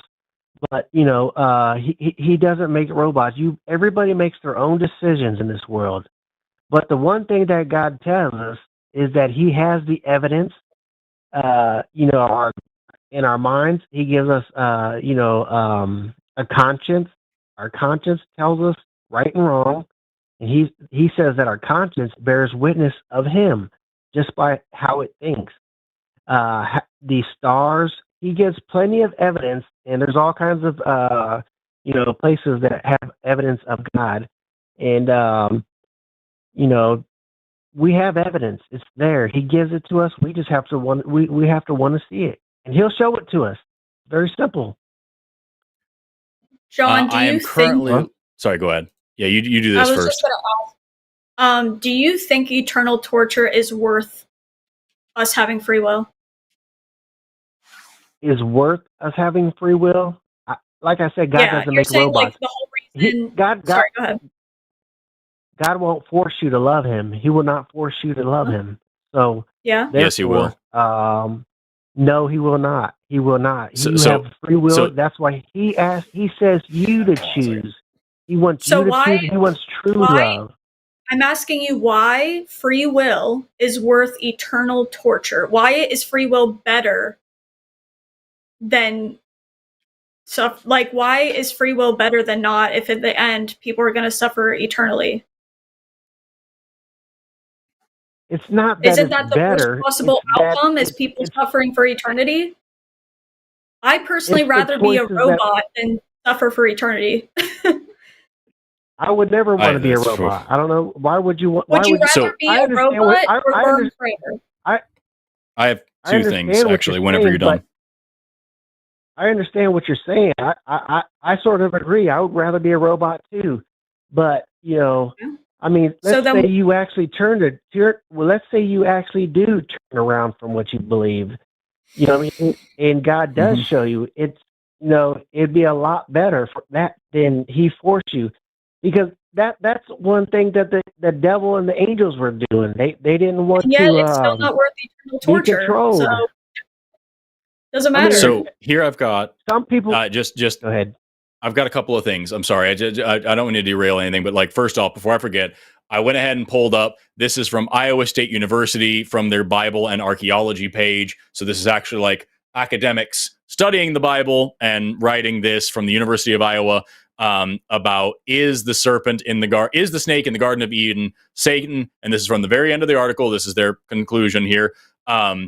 It talks about what the serpent is. However, we must note that in Genesis 3, the serpent is never referred to as Satan, only as the serpent. And it actually goes through the Hebrew and what the original language is and what words are used and why. As far as Genesis 3 is concerned, it is simply a talking snake. At no point does the narrative describe the serpent as Satan, but it is easy to see how people would merge the concepts later in the Hellenistic period. So again, the Bible literally never says that and never implies that. That's a later interpretation that you're using here. And that's why you see a lot of Christian organizations use that later interpretation to say Satan is the adversary, Satan is the deceiver, therefore the first deception must have come from him, even though in reality, if you read the fucking book, God actually tells the first lie, not Satan. But that's a different thing. The second thing is you're talking about free will. The Bible is very clear about the fact. Hold on. Let me correct you on that, serpent. It's very simple to correct you. Revelations 20, verse 2 says that Satan, the dragon, the ancient serpent, they call him the serpent. And they call him a serpent. Revelations 12:9, call him, and it says, and the great dragon was cast out, that ancient serpent who was called the devil and Satan, the deceiver of the whole world. So I'm wrong. Yes, there is more than one serpent in the world, John. And so this is a different serpent. There's nothing that says in the Bible that the serpent in the Garden of Eden specifically is Satan. That's a different guy. But it doesn't matter. It genuinely doesn't. The point here is that you were just talking about. That's fine. I'm just reading the book. The free will thing that you're talking about. Also, another thing from the Bible that's kind of uncomfortable for a lot of Christians is that the free will thing goes out the window in the book of Exodus, where God actually controls Pharaoh and changes his free will, takes away his free will when he wants to punish him for keeping slaves. So God wants to let the Hebrew slaves go. Pharaoh agrees and wants to let the Israelites go, and God hardens his heart so that he will not, and then sends another plague. And this happens a few different times. It specifically says that Pharaoh agreed to let the slaves go, and then God hardened his heart so that he wouldn't. So when it comes to God getting to swing his dick around and do another plague, then he will take away free will. Right. God knows what will harden your heart. That's true. God knows that. Yes, that's very true. And he does so. He interferes with Pharaoh's free will. He changes his opinion. False again. God How is that different? Does not change your will. God knew what was going to change his heart, but he did not force him to change his heart. That's a big difference. So here it is, that this is the story then, is that, because it says God hardened his heart. It didn't say God did something to make him. It didn't say God did the things that allowed his heart to be hardened. It says God hardened his heart. So here's the story. Best case scenario, absolute best case scenario for you is that God wanted these slaves to go free. So he told Moses to go tell Pharaoh. Pharaoh agreed, and God instead did something to make him disagree so that he would continue keeping slaves, and God could punish the people of Egypt, including up to the point where he killed all the firstborn children of Egypt. Again, killing kids. Well, once again, God wanted to show his power, and which he did. He sent the plagues. God did harden his heart by sending the plagues. I believe that's what happened. It doesn't say how he's hardened his heart. It does not say that, but it does say Pharaoh. You left out one thing. It says Pharaoh hardened his heart at multiple times. At one point it does, and at another point, at other points it says God hardened his heart. Correct. So it repeats itself. Here's the thing, man. I believe all you're saying to me is that God wanted people to know he was powerful, and so he allowed slavery to continue and killed innocent children. That's not power. That is cowardly, weak behavior. I would let you understand that if you were a slave, you would you'd have to understand and know and sort of trust this God that he was, we don't know. We don't know that though. You're guessing. We don't know why that is. We don't know. God could have come down and done some sick ass magic tricks and showed everybody how powerful he was. Instead, he murdered livestock and children, and also allowed slavery. Which, by the way, I say he allowed slavery to continue. This is not the part of the Bible where he specifically commands slavery. The Bible is a pro-slavery book front to back. God commands slavery and endorses slavery a lot. You're false. That's false once again. That's false. Okay, we'll read that part too then.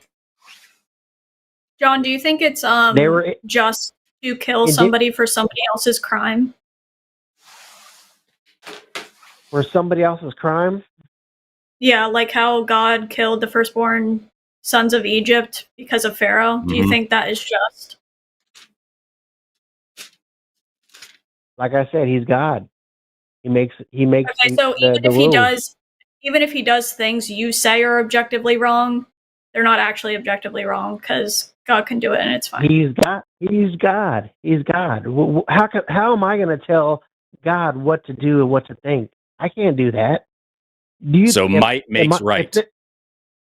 if there is a God, are we smarter than this God? No, sir. This God created the world, the universe. But we are better than this God. We are more moral than this God because we would never fucking have slaves. You know what I think? I think God's going to tell you one day. He's going to show you, and you're going to be like, oh, okay. I think he's going to do that. If this God ever revealed himself to me, I would make sure to ask him who the fuck he thinks he is. So here I've got in Leviticus, this is one of the many parts. It's in Exodus and Leviticus, actually, that they talk about slavery. Oh, can I say one thing? Can I say one thing? Sure. Can I say one thing Why not? real quick? I believe that God is going to show us what exactly happened, how it happened. You can't put everything in the Bible. Every detail cannot go in the Bible. That's impossible. The Bible says that if God showed everything he did, it would fill up the world. Isn't that God's fault for communicating clearly? Why didn't he put more details in the Bible or give us something else? Yep. You can't put every detail in the Bible. You can't do it. He could figure out nobody would ever read it. Provide those details to us. He's God. He can do literally anything. Mm-hmm. Once again, our brains are not hard drives. We can't absorb all that information. Why didn't he create us to understand him? Why not? He did. He does, and you do, but you refuse to understand him. You just said we can't understand why he does what he does. That's what you said. No, I never said that. I said that he cannot put everything in the Bible because every detail in the Bible, that's very plain. He can't. He can, but the books would be too big. It's very simple. So here's the thing. Let me ask you this. First of all, I'm just going to read to you. This is because Exodus and Leviticus both have parts where God talks about slavery. Leviticus, I think, is more direct. Leviticus 25, verses 44 through 46. Mine's King James Version, so I'm going to read this in different. That's in a little bit more plain English. There's a lot of debates on slavery. That's not even a debate in the Christian in the Christian religion. That's not even a debate. They were not slaves. They were indentured servants. That's very simple. So very simple. Wrong. That's not true, John. Either you haven't read it or you're making a bad excuse for it. The Bible is very clear that there are different rules for Hebrew slaves and non-Hebrew slaves. Hebrew slaves are indentured servants. If they owe you money or whatever like that, or they can't pay a debt, then you can be enslaved for up to 7 years. However, if they come into the slavery without a wife, you can give them a wife, and then their wife and whatever children they have remain your slaves forever. And if they want to stay with them at the end of 7 years, they must also agree to be your slave forever. You take them to the front door, you drive a spike through their ear, they say, "I love my master," and then they're your slave for all time. Non-Hebrew slaves have different rules. That's where Leviticus comes in. You just made my point. I haven't finished my point. Be slaves. That is for Hebrew slaves. That is, so hold on. That's for Hebrew slaves and only the male ones. That's not for women. That's not for children. Women and children are slaves forever. Male slaves who are adults at the time that they come into it can choose to be slaves or not. Non-Hebrew slaves are to be bought and sold and passed down as property. Leviticus 25, 43, 4 through 46. Of your male and female slaves who you may have, this is God speaking. Of your male and female slaves who you may have, you may buy male and female slaves from the nations around you. You may also buy strangers who live with you, but they must be born in your land. They may be your property. You can pass them on to your children and inherit them as your possessions forever. You may make slaves of them, but of your brothers and sisters of Israel, you shall not rule one another ruthlessly. So non-Hebrew slaves do not get to choose. They are just you buy and sell them as slaves, and they are your property to be passed down to your children forever. So I didn't make your point for you. It's actually grosser because not only is it slavery, it's special slavery that only applies to people that aren't in your particular ethnic group. Like, God is very pro-slavery. Do you know what context is? I'm going to ask you this very direct question. Exactly what context, John, makes it moral and acceptable to own a person as property so that you can beat them and pass them down to your children? Let me ask you once again. Do you know what context is? I do, and I don't know of a single bit of context that makes slavery good. All right. Well, here's this thing called a pretext.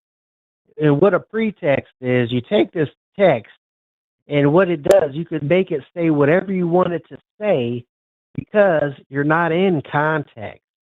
So what you got to do in the book of Leviticus is read the whole book, understand the topic that he's talking about, and then you'll understand what the whole book of slavery is.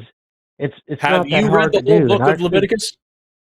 I have read the whole book of Leviticus. Okay, then I want you to please tell me right now, what is the context that makes it moral when God says you can buy and sell slaves, they are your property forever, they can be passed down to your children. God says how to beat slaves, God says where to buy slaves from. What is the context that makes that moral?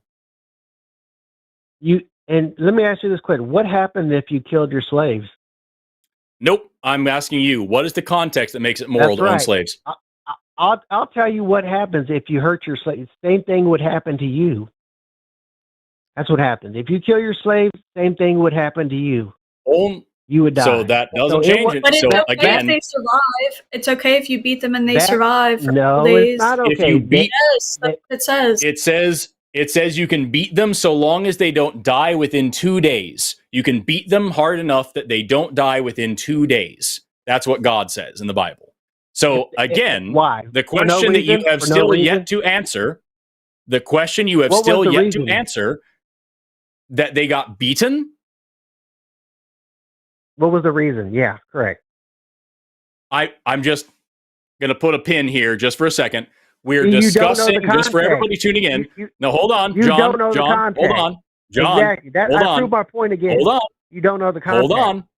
John, hold on. I'm just putting a pin right here to just reiterate that we are talking about slavery. We are talking about buying people and owning them as property that can be passed down to your children and how hard you can beat them. And your question was, what did they do to deserve getting beaten? Yeah, what are you fucking serious? Let me ask you this question. What verse and what chapter is it again? I'm going to ask you one more time. And then we're going to move on because we've been on this call for an hour. Yeah. We've been on this call for an hour. And I feel like we haven't gotten very far because you keep dodging to the next thing and the next thing and the next thing. And you keep saying that God can do whatever he wants because he's God and he's so special. He can do whatever he wants. And you keep making excuses for evil shit. We're not going to move past this. This is going to be where we end it, or we don't go any further. What is the exact context, John, that makes it moral to own human beings as property that you can beat, sell, and pass down to your children? Well, once again, I would say I have to look at the context of that verse and chapter. You said you've already read it. Understand what he's talking. You said you've already read it. I haven't read it in a long time. It's been a long time since Let me ask you one different question. I know you have never read it. Let me ask you a different question. I guarantee you've never read it. You guarantee I've never read it because there's all kinds of. You guarantee I've never read it. You guarantee I've never read this? My highly fucking annotated Bible? I guarantee it. You're out of context always. So here is my Bible, full of notes and annotations from me fucking reading it. That means nothing. John, that means nothing. Let me ask you. That means nothing. It means nothing that I read it, of course. Let me ask Taylor a question really quickly, and then I'm going to ask the same question to John. It means you're not. That doesn't mean you know the Bible. That does Taylor, not mean you're can I ask you a question, and then I'm going to ask the same question to John? Taylor, is there ever, and I mean absolutely ever, any context whatsoever that makes it moral to own slaves? No, I don't think so. John, same question. Is there ever any context ever, in any case, absolutely whatsoever, that makes it moral to own slaves?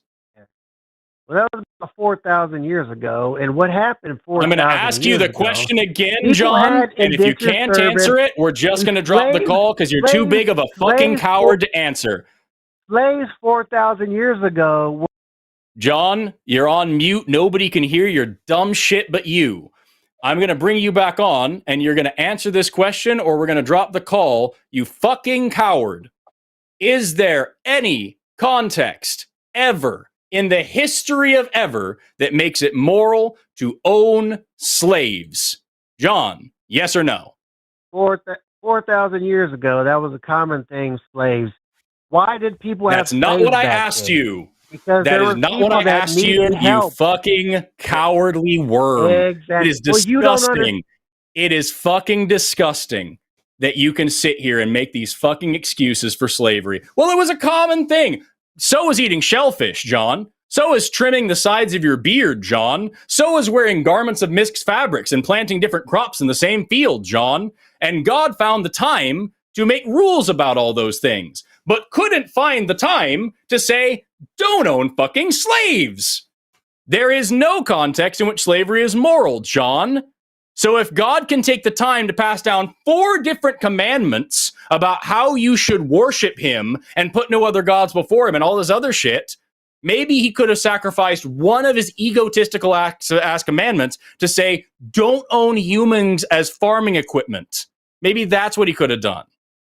John, last chance to be a decent fucking person. Is slavery ever good? I read history, and back then it was good. Back then it was good. Yeah, no, it was not good. It was accepted. That doesn't mean it was history, moral. That's why. It wasn't good to you because you didn't live back. So John, then right isn't always right, and wrong isn't always wrong. You told me that right is right and wrong is wrong, but you do not believe that because you're saying timing matters, situations matter. So you're not being honest with yourself. No, I am being honest. I'm telling you this, that there was a time when there were people who had slaves and it was normal. And guess what? They didn't could God have stopped it? Give me one second. Could God have stopped it? Could God have stopped it? God gives you a free will, bud. Could God have commanded? Could God have commanded those people to stop using slaves the way that he commanded them not to plant different crops, wear different garments, trim the sides of their hair and beard, eat shellfish, touch the skin of a dead pig, all the other commandments that he gave? Could God have also said, don't own slaves? They're indentured servants, man. You're an idiot and a coward and a liar. Fuck you, John. There is no fucking way you can read these parts of the Bible that says that these people are your fucking property to pass down to your children and still glom onto the stupid fucking lie that they're indentured servants. And the fact that you can sit here and say that this is acceptable because of the time period, it was accepted. That doesn't mean it was acceptable. You fucking lunatic. Absolutely not. This right here, John, is why we speak out against your religion, because it is corrosive to fucking human decency, and it makes people like you twist yourself into a moral pretzel to justify the actions of a fucking sociopathic monster that doesn't even fucking exist.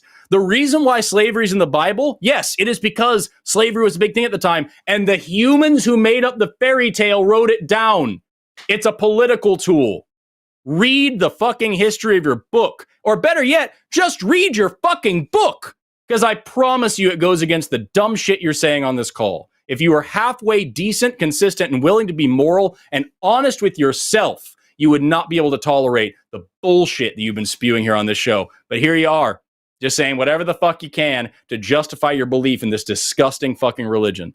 Fuck all the way off, John. I'm done with this call. What about you, Taylor? Yeah, I'm good on it. Yeah. Now watch as John saunters away from this feeling that he won the conversation because he knows that slavery is good sometimes. My biggest pet peeve is when people yell context, like a get out of jail free card, and they never, almost never do they provide the context, or they provide context that isn't relevant and doesn't change the point, and that is annoying to me. Yep, absolutely. Fucking gross. Just fucking gross. I'm glad we talked to John for a full ass hour to show people just how far the termites can fucking chew their way into your brain. We've got a couple more calls left, and then we'll wrap up. Let's talk next to Anthony, pronouns he, him, calling in from Vigorous Aardvarks. I don't know what they're so excited about. John says, Sorry, I misread this. Nature needs a God is what John or Anthony has written here. Anthony, you are on the line with Forrest and Taylor. Thank you for waiting so long. How have you been? Hey, how are you? I'm great. Forrest and Taylor. Please tell me you're not calling to make slavery apologetics. No, I actually, believe it or not, I found myself agreeing with you two more than John in that last call by a great deal. I appreciate that. Yeah. Which is sad. What's going on with why nature needs a God? Tell me about that. Well, I do want to talk about that, but maybe if there's an opportunity, we can. I kind of want to address some of the points that I brought up in that last call, where I think John fumbled, but we can. I did call in about nature and nature needing a God, so maybe we'll stick there. Where John fumbled, are you saying that he didn't represent Christianity? Let me ask you this: what God do you believe in? What God are you talking about? I think that it's the God that Christ talked about. So okay. The Bible talks about the creator of the universe, who created, the universe, life, earth, revealed things to the prophets, through Christ and all that. So that God. Okay, cool. So we're talking about the Christian God, and you think that John fumbled. Are you saying that he misrepresented the Christian God, or where are you saying he fumbled? What do you mean by that? I just think some of his arguments See, the thing is, a lot of Christians these days don't even realize that Christianity has changed a great deal in its history, and what passes. I think he comes from John. I'm not trying to put words in his mouth. I think he comes from more evangelical Protestant type of mindset, which and you were also when you said that humans are born with a sin nature, and just from the fact that we are born as humans, that means we're evil and we have to go to hell unless we do. That kind of theology is not actually inherent to Christianity. There was an early Christian named Pelagius who said that humans were born like basically moral blank slates, and by our choices we become good or evil. And original sin was introduced by Augustine in the 5th century, essentially. So those are things that need to be taken into account. Sure. If I don't know enough about the history of the theology to verify or deny what you're saying, but I can say that there are over 40,000 denominations of Christianity.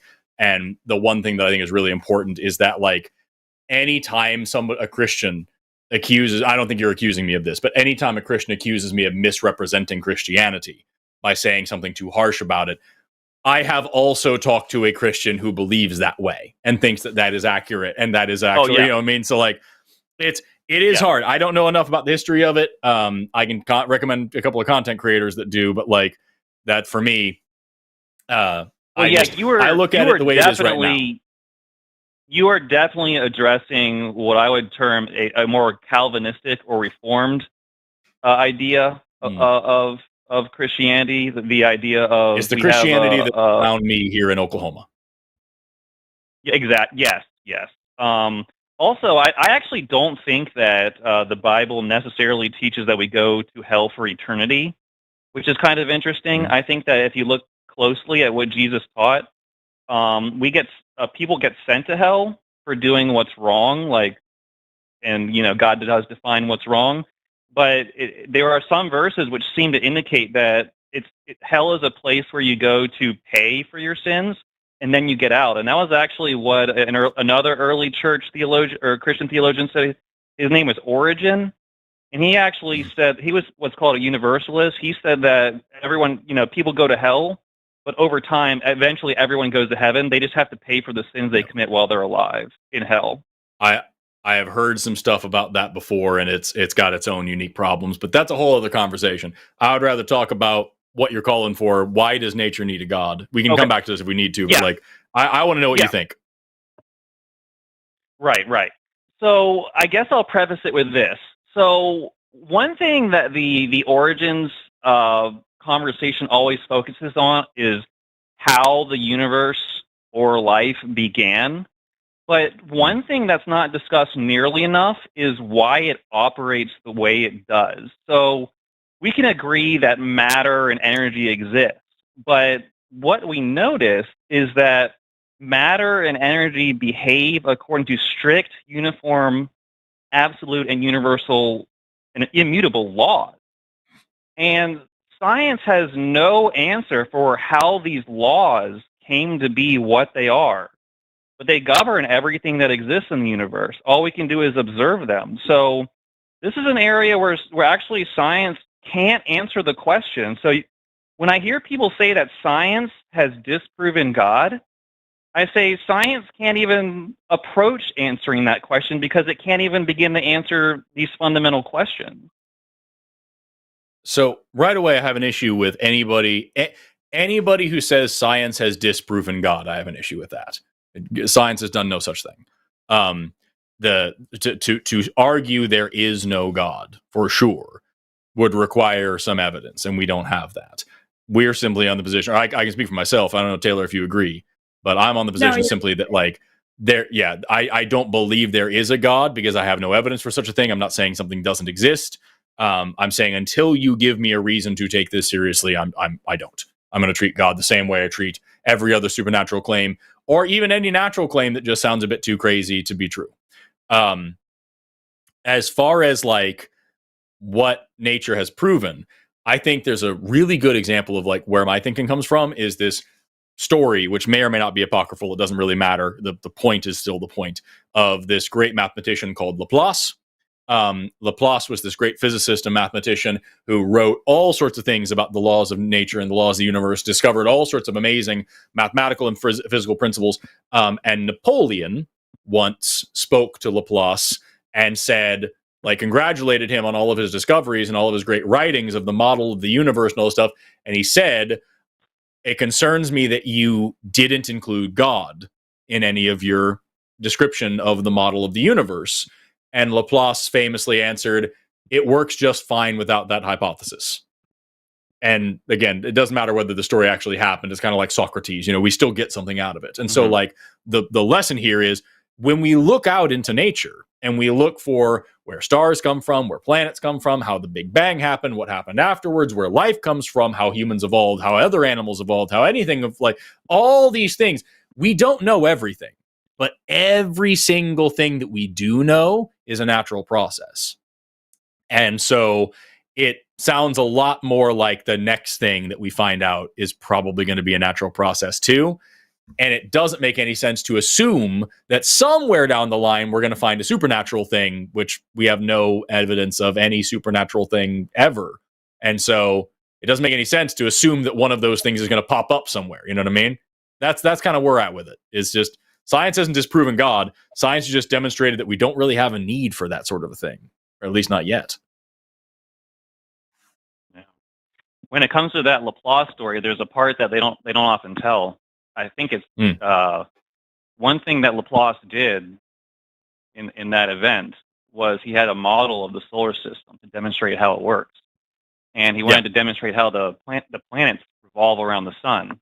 And what he did was he put them all on little circles and connected them to a stick in the center. And then he took his finger and he spun the stick. He said, you see, it operates without God. And then there was another great mathematician, I forget his name, who said, well, what about you giving the impetus for the whole system to start in the first place? You see? Okay. So, at the end of the day, there needs to be a first cause. This is the first cause. So that's just the Kalam cosmological argument, though. Couldn't you make the same argument for God? Like, yeah, I don't know. Are you talking about infinite regress? Yes. Like, it doesn't feel right that you're saying everything has a beginning except for my God. It just feels like special pleading whenever I hear that. Well, Taylor, this is the thing. Every cosmology needs something that's fundamental, okay? And one thing that atheists never do is they never express what they believe is the fundamental essence of the universe, okay? Whatever that essence is God, all right?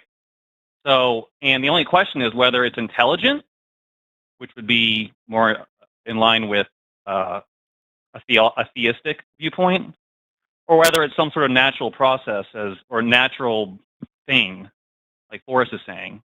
I think if it is, well, go ahead. I was going to say, just like I don't like the statement, whatever that fundamental thing is God.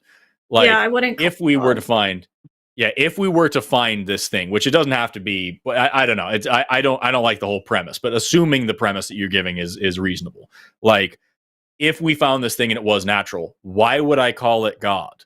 Why wouldn't I just name it the way that I've named everything else and move on knowing stuff? Well, first of all, it would be the source of everything that exists. So that's one way to look at God. But another thing is, it would seem to need to have some intelligence or intentionality to it. And the reason I say that is because of my first point, which is that there seems to be an order, a design. When I say a design, I don't mean necessarily complexity. I mean that there's a uniformity to the way everything behaves. So, like I've asked before, why is the speed of light exactly what the speed of light is? It could have been something different. It could have been faster. We just measure the speed of light and said, "Oh, this is what it is." Okay, something put the speed. Go ahead. So the speed of light, I think the speed of light is a great example. The speed of light is about 186,000 miles per second, and because E equals mc squared, it is the speed limit of the universe, meaning that it has a direct relationship to mass and to energy. As you increase in speed, your effective mass, I'm not a physicist, I'm a biologist, so I'm doing this the best I can here, but I do know that what I'm saying is accurate. I just may not be using the right words, and there's some physicists out there pulling their hair out right now. But your effective mass is increasing, and so the reason why you can't pass the speed of light is because your effective mass is infinite, and it would take infinite amounts of energy to push you any faster than that. That's why photons, which travel the speed of light, are massless particles. That's why they're able to do that. And by the way, because of also relativity, time doesn't exist for photons. Because they are traveling at the speed of light, they have no mass. That's the only reason they're able to do that. And also, time doesn't happen. Time stops. The faster you go, the slower time is perceived. And so for photons, the second that they are created in the center of a star to the second that they're absorbed into some guy's butt on a beach in Miami are the exact same instant. There is no difference, right? And so when you talk about the speed of light, and it has to be this particular way, well, it just so happens that the particular way that it is actually not its own thing. It's contingent on other parts, other factors in the universe, and those other factors are contingent upon it as well. So the universe seems to be somewhat self-governing. And I compare it a lot of the time to like the game rock, paper, scissors. Like rock is beaten by paper, paper is beaten by scissors, scissors is beaten by rock. You don't need an extra thing. You can compare it to your version of the Laplace theory story and say like, well, you need someone to throw the symbol. But at the end of the day, the fundamentals of the game are self-contained. And at the end of the day, the fundamentals of the universe appear to be self-contained as well. And if we find out that that isn't the case someday, then we'll figure out what to call that. But I don't think that whatever that thing is, I don't think it's justifiable to say, if this thing exists, it should be called God no matter what, because that doesn't make any sense. If it isn't God, it isn't God. And to call it a God would just be flowery language for no reason. But more importantly, we don't know if it exists. So I'm willing to just sit here and say, I don't know. And hopefully I know someday. And until that time, I'm not going to pretend to know, and I'm not going to make up fairy tales. All right, there's a lot to go with there. The first thing I want to say is, sorry. Well, no, that's a good thing. That's a good thing because it's a lot of potential ways to go. But I guess two thoughts that I have. Well, first one is, as far as I'm aware, and I might be wrong about this, but I haven't heard a science, especially when we're talking about photons, which, as you mentioned, are massless. Mm-hmm. I haven't heard scientists give an explanation as to why they can't go like 2 times the speed of light or some factor of the speed of the light. It's just like they just go that speed. And again, the speed is variable. The speed is variable depending on the medium, but they just observe this, and that's just what it is. So something put it that way. Something must have established it for being exactly what it is if it doesn't change. Let's say that's true. Look, I don't think that's the case, but let's say that I agreed that something made it that way.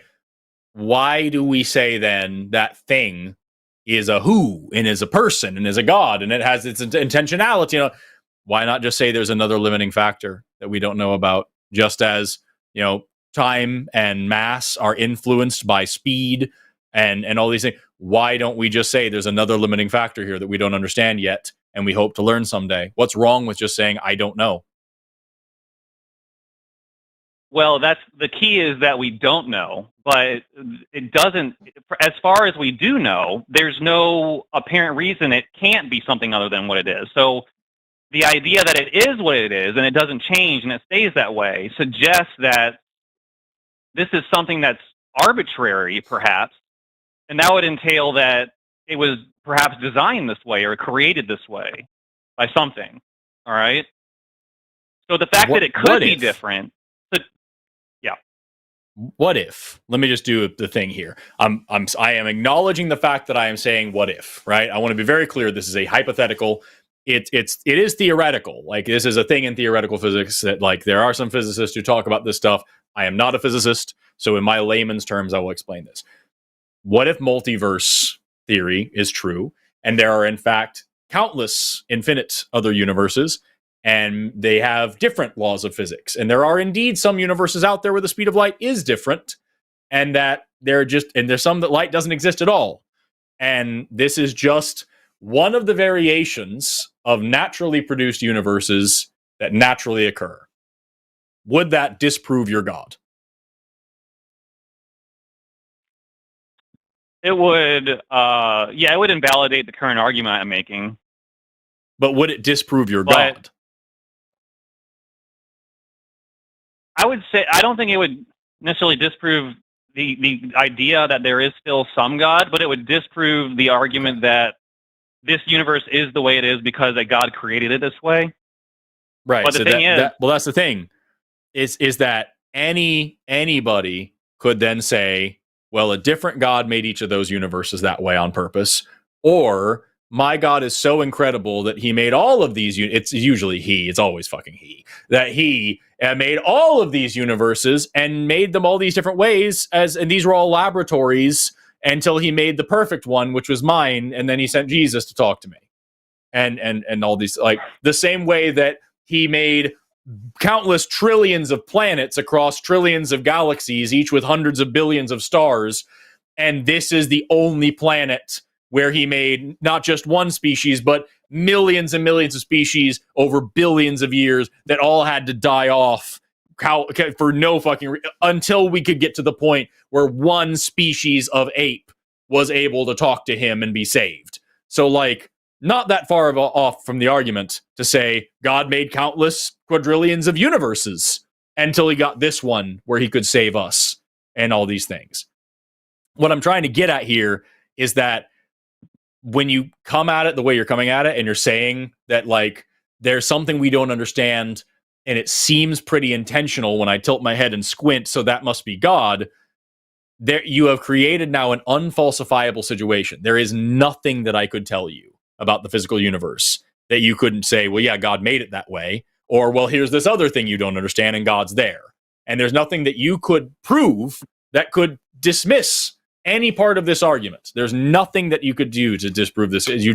You've made a very convenient, unfalsifiable thing that you're able to apply to whatever the fuck you want. And I don't think that's not good enough for me. And I don't understand why it's good enough for you. Well, I do have a I think that the route you're taking creates problem for the scientifically minded atheists, and I think most atheists, like, claim that they are rational and scientific in their thinking. And the problem is, science is what we observe. And I've heard a lot of atheists making this multiverse argument to refute fine-tuning, as it's called. And the problem I have with that is atheists are always claiming that they only believe what the evidence shows us. So they're going to say there's no evidence for God, but then they're going to turn around and say, well, I believe in the multiverse when we only observe one universe. So how is that not hypocritical? I never said I believed in the multiverse. I just gave it as an example. There are physicists who actually know a thing or two about it, who do have evidence that say they suggest it. I am not qualified. I'm a biologist. I am not qualified to judge that evidence. I don't even know what that evidence is. I was just bringing up a hypothetical situation to demonstrate to you that your claim is unfalsifiable, and therefore I don't think it's worth the time. The way that you are presenting this argument doesn't work. It can be applied to absolutely anything, and it can be used to justify absolutely anything, and there is no situation which can tell you it's wrong. So, like, I can say my understanding of a natural universe with naturalistic processes, I can falsify that. All it takes is one single supernatural event, and I have falsified my claim. You don't have that. Well, let me try to explain why I think it is kind of a strong argument. Can we both agree that, like, there was never a time in eternity where absolutely nothing existed? Would you agree to that? I don't know. I don't know. You don't know. Hold on. You do know. You do know. I'm not trying to be smug, or I'm not trying to be smug here. I don't know, nor do I know what nothing is. Well, nothing will certainly be the absence of anything physical. Okay, so there'd be no energy. There'd be no quantum. There'd be no quantum field. A quantum field is something, contrary to what some other, people want to claim. A quantum field, that's something. So we're talking about, like, literally a void of nothingness. All right. Right. I get conceptually. But I don't know what that is because I've never seen that. I don't know if anything like that has ever existed. I have no samples of nothing upon which to run tests. I don't know what a nothing is. I understand conceptually it is the absence of anything. I don't know what that would be or mean, especially considering, like, what I know about vacuums. I have no concept of what nothing is in reality. And I don't know if that has ever existed or not. The problem with by definition, nothing didn't exist because nothing isn't. And so I don't know. It sounds it's like asking what happened before the Big Bang. What happened before space was there for things to happen, before time existed for things to happen in a sequence? What happened outside of everywhere in a time that's not? What does that mean? You know what I mean? So, like, I don't know what that means, and I have no understanding. I'm not, like I said, I'm not really not trying to be an asshole here. I don't have an answer for that. Well, I think that logically, it's impossible that there was ever a time in eternity where nothing existed. And the reason for, and especially if people are going to claim to be rational and based on, empirical observations, everything that we observe needs a mechanism by which it can proceed from cause to effect. And if there's no conceivable mechanism by which nothing could produce something, so we'd have to, just based on our deductive reasoning. Well, based on our deductive reasoning, everything that exists needs a cause from something that precedes it. So theoretically, there's no mechanism, according to what we've observed scientifically, by which nothing can produce or something other than nothingness. So how would a void of nothingness? What if nothing can make a thing? I don't know that it can't because I don't know what it is. And even if we go with what you're saying here and saying, well, logically everything has a cause, then we're right back to where we were a minute ago, where Taylor asked you, okay, well, then where did God come from? What was the cause for that? What caused God to exist? Exactly. So the point is that something always existed into eternity. All right. And I want to go this way. Okay. In Exodus 3:14, God says that his name is I am that I am. And what that means is that God is the eternally self-existent one. Okay? So that's what Yahweh actually means. Yahweh is the tetragrammaton. Yahweh is Yad-He, Vod-He, Jehovah. Yahweh, it's basically a linguistic evolution. And so God in the Bible claims to be the eternally existent source of creation. He's not the only his name. He is not the only God to have done so. And more importantly, there are also, like, we have actual physicists on this show. We have, Dr. Aaron Adair, we have Dr. Blitz, who's been a guest here.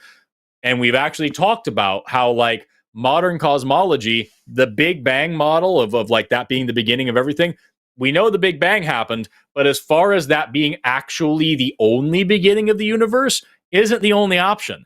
And there are actually models that argue for the universe existing in perpetuity for eternity in one way or the other. Maybe it's a Big Bang, Big Crunch thing. Maybe this is just the latest reiteration of the universe. Maybe the universe is a repeating cycle. We don't know.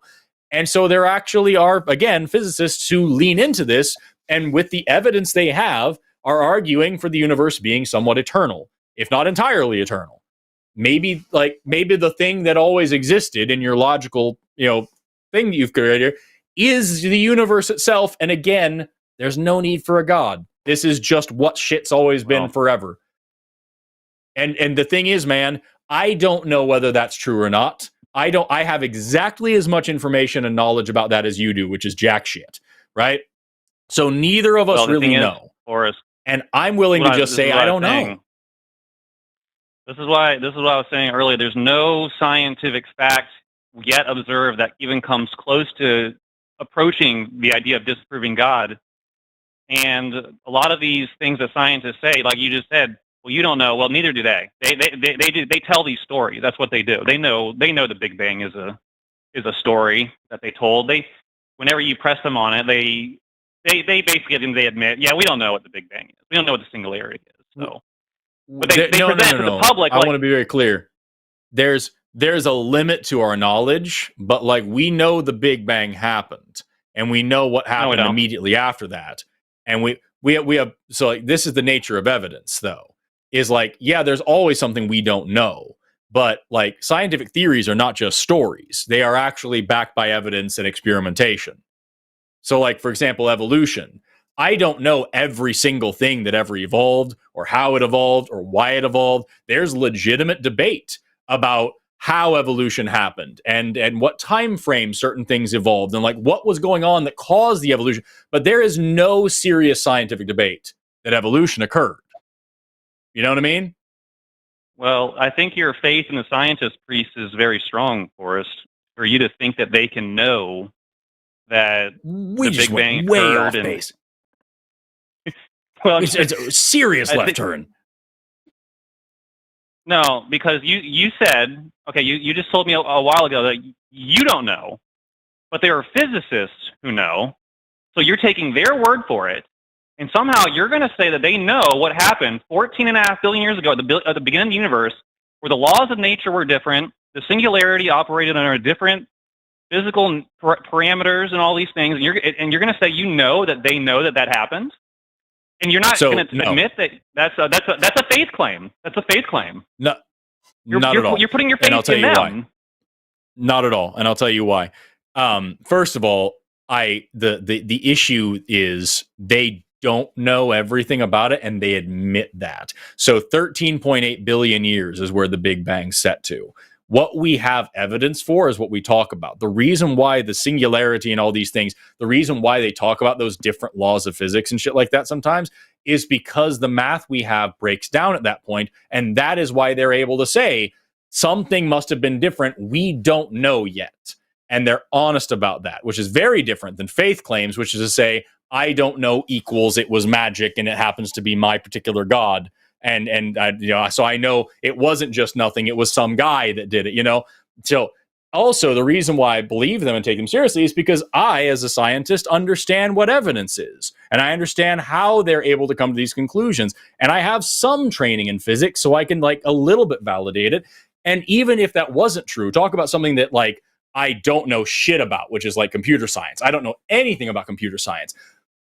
What gives me confidence and allows me to believe them is that they make novel and testable predictions. That's what good theories do, is that they're able to say, if this is true, then this other thing should be true. And we look out in the universe and that's exactly what we find. And so when it comes to the Big Bang model, that actually replaced an older model that was demonstrated to be wrong because new evidence came to light that showed the old model didn't work. In this case, particularly, it was the regression of galaxies, which we were then able to graph, showing how far away a galaxy was versus how fast it was moving away from us. That's what gave us Hubble's constant. Hubble's constant became Hubble's law, and you can literally put that shit 1 over Hubble's constant gives you the concept of time. It gives you 13.8 billion. It tells you when the Big Bang was. And so we're able to like actually apply the mathematical tools that we have to the universe around us and come up with really good answers that not only like they go up against the world around us and they match, the model matches reality, but they're able to make testable predictions that allow us to then move forward and find new information that we could not have possibly had access to before. That is why science works. That is why I know that this shit is at least as close to reality as we can get. It is literally the exact opposite of faith.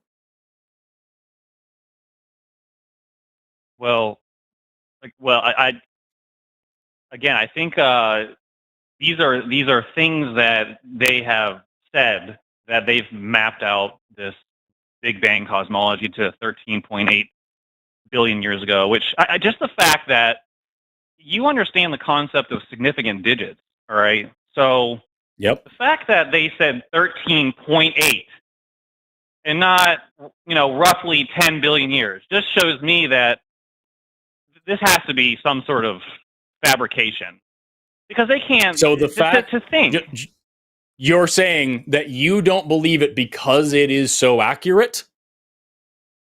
Yeah, absolutely. Yeah, because if they're gonna, I don't think you've ever seriously studied it. Then I have. And the thing is, they even admit that they had to manipulate their theory somewhat recently, because the size of the universe is much larger than when the original Big Bang theory came out in the mid 20th century or so. They thought they had a good understanding of the size of the universe, and then they later found out it's actually much bigger than we thought. So they actually, that's where they introduced the idea that the physical laws at the singularity were different, because it had to expand much faster than it currently does.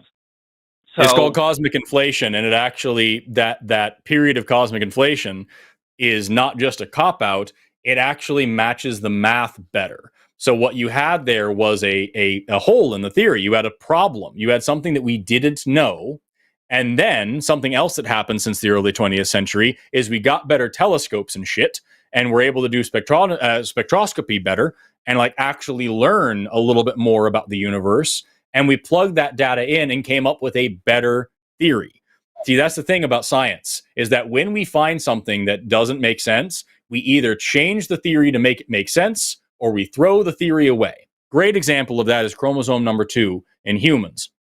When we look at humans, we have 23 pairs of chromosomes. Chimpanzees have 24 pairs. We know that our ancestors, all the evidence shows us that our ancestors split from the ancestors of chimpanzees about 7 to 9 million years ago. That is not enough time to lose an entire fucking chromosome pair. That would be a lethal mutation. So if we couldn't find an explanation for that, the theory of evolution was in big fucking trouble. That was a major problem with the theory.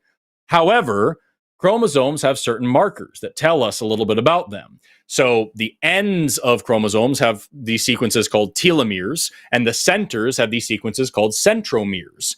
And we figured if 2 chromosomes were to fuse together, that would explain what happened there, and it would make sense. But if that were the case, we would need to find a chromosome in our genome that has telomeres, what are supposed to be on the end, in the middle, and had centromeres, what are supposed to be in the center, 2 of them, halfway up on both sides, and one of them is probably deactivated. And guess what? Chromosome number 2 in humans is exactly that. It has telomeres in the middle and centromeres, one on each side, one of which is deactivated. And it's a case of what we call a Robertsonian translocation, where these 2 chromosomes stick together. And we have seen that happen since in other organisms. Even in humans, we have case studies of it happening. So we know it's possible, we know how it works, and we have evidence that it happened. That is science progressing and adapting to new knowledge and fixing itself when it has a problem. Has there ever been an observed case where a population of organisms had a fixed number of chromosomes, and then over time it changed to a different frequency? Yes. So I think the answer is no. No, I don't think the answer is. The answer is yes. So what organism is there where, let's say, it started out at X number of chromosomes, and then later on we went in their gene, looked at their genes, and it was Y number of chromosomes. So you think that actually has happened as a population? Right. Are you talking about like observed evolution? Like we watched the whole shit? Well, I'm saying that, to me, the idea that you could, the reason this is a problem for evolution is because it's very difficult to see how the number of chromosomes could have shifted at the population level. Okay? And there's a lot of reasons to think that can't really happen. All right? So I'm asking, has there ever been a time in the history of biology or observation where there was an organism that started with X number of chromosomes, and over time the population shifted to Y number of chromosomes, as would have had to have happened from the common ancestor with apes, humans? So I'm trying to see if there was a case where like we literally watched that happen in a laboratory. I don't know of one off the top of my head where it was a whole population. I can say that we have observed that in individuals. We have observed Robertsonian translocations in individuals, including individual humans, and we have seen that be a persistent thing. I know off the top of my head some case studies of uniparental descent that allowed for Robertsonian translocation in a human that continued in a line for at least 3 generations, possibly more. We don't have evidence beyond that. So, like, yes, in that case, let's say that the answer is no, because I can dig into this further, but it doesn't really actually matter. Let's say the answer is no, that we've never actually seen that happening. The fact that we know it can happen and we know how it happens and we have evidence that it happened is enough to justify the assertion that it happened. Like the actual fact that we say, hey, this actually, there's evidence this happened, and we've seen it happen other times in individuals, and we've seen that it's hereditary, and we know how it works. I think that's more than good enough. Your claim here is it's really not much different than when people ask, like, have you ever seen a dog give birth to a non-dog, or that kind of silly ass thinking. You know what I'm saying? Let me ask you a question. Do you think the fact that every single human on Earth has 23 chromosome pairs points to the fact that there was an original pair of humans from which everyone else is descended? Don't you think it has to be that way? No. Well, yeah. So major answer is no. There's some nuance there, but the summary is no. Okay, you're gonna see. Here's the problem, because biologists claim that species evolve as a population, but it's very suspicious that every single human has the new chromosome set, and no human has the original chromosome set, and yet we're all evolving as a population. So it seems to suggest that there was an original pair, in my opinion.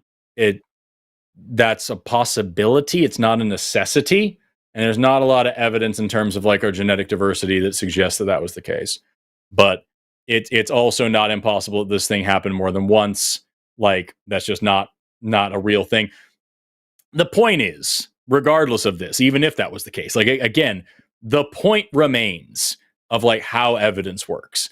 And this idea of like, were you there? Or like, have we ever seen this exact thing happening before? Isn't really necessary for this level of evidence, or for like understanding things in this way. Does that make sense? Yeah. And I think, I've kind of, made my case. I think that I'm basing I think we're kind of hit unless you disagree, but I want to say that basically the idea is, in my opinion, the reason that nature needs a God is because that nature always existed. There always had to be something. Okay. There was never a time where there was nothing. That's why the steady state universe makes the most sense. And also, the things are the way they are, which means something put them that way. So something made that decision, something created that way. That's design, that's fine tuning. So I think that cosmology does point to a creator, God. intelligent creator. So I don't know if you went into... And my counter argument to that is that you literally just pulled all of that directly out of your asshole. There is not a single bit of that you can actually back up with evidence. And as I pointed out earlier, not a single bit of it is falsifiable.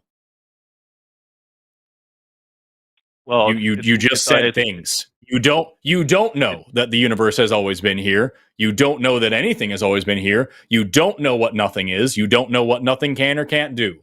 You only have like the limited heuristics of your narrow worldview that you were applying to science that you don't have an understanding of because you've never studied, and you are just making vague and vast assumptions that cover your ass against any kind of criticism. I think I'm the one who's been using the scientific method here, Forrest.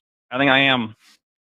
I'm the one who's looking at things, how they operate, and what experiments have you run that validate your... What, first of all, what is your base observation? What is the hypothesis? And what is the experiment?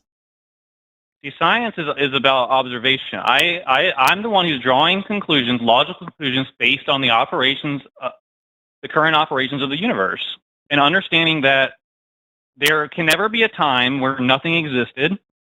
Things are the way they are, okay? They could be otherwise. There's no reason to think they can't be otherwise as far as we know. So it's as far as conceivable that...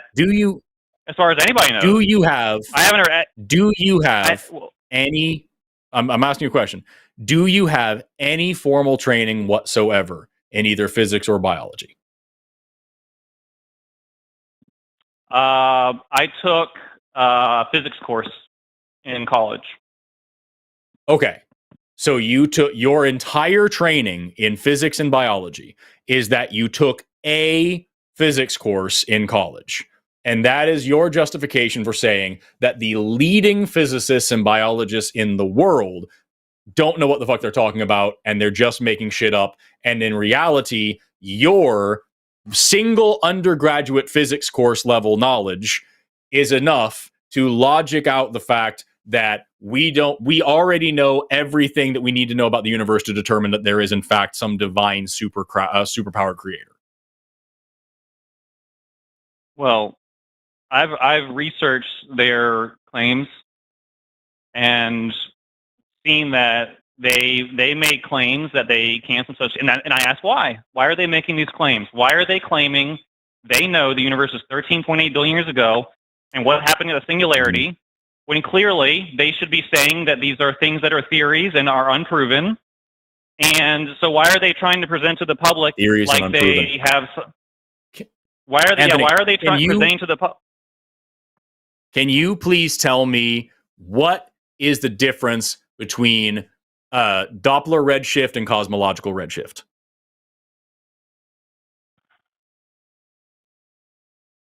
I believe, no, I can't, but I can probably come pretty close. What is inflation theory, and why is it necessary for the Big Bang model?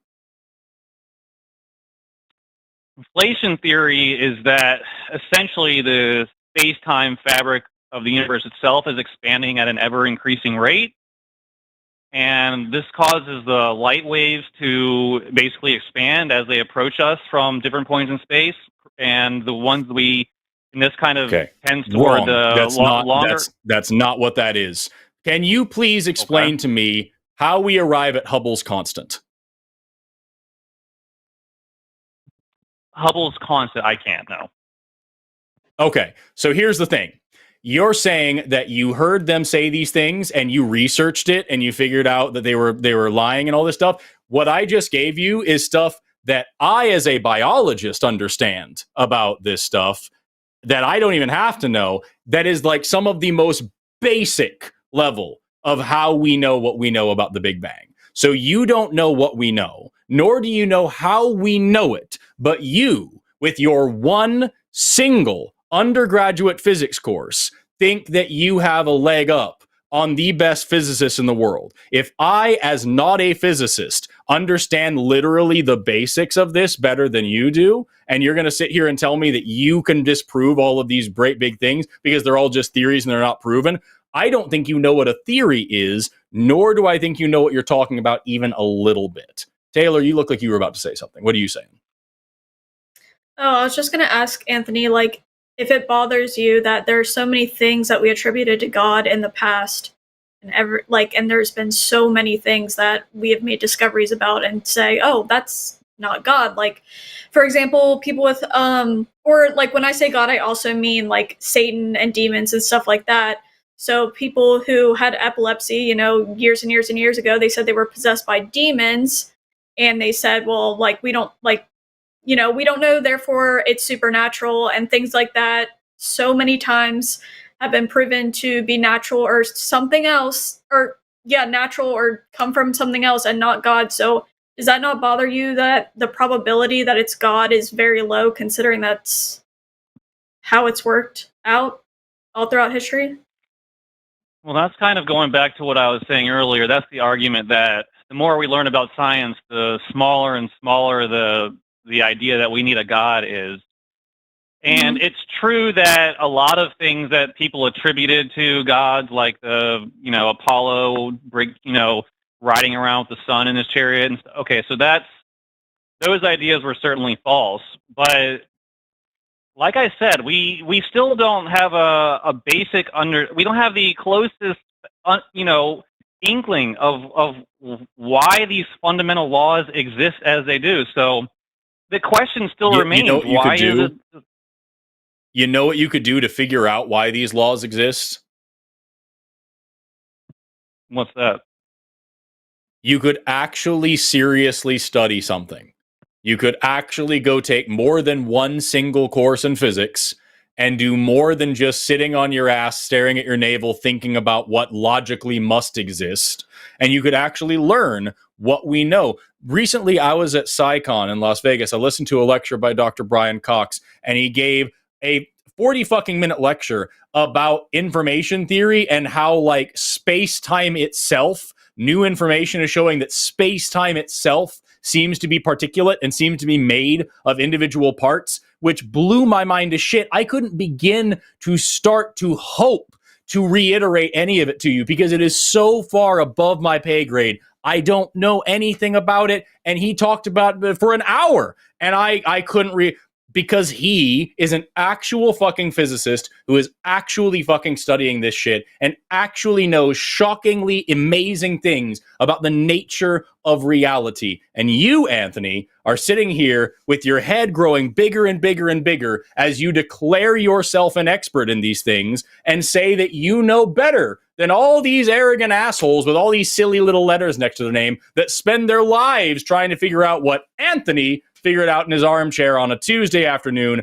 because sometimes stuff exists, and that means God. I encourage you, if you have these questions, to get up out of the fucking rocking chair and go to school and try to figure it out.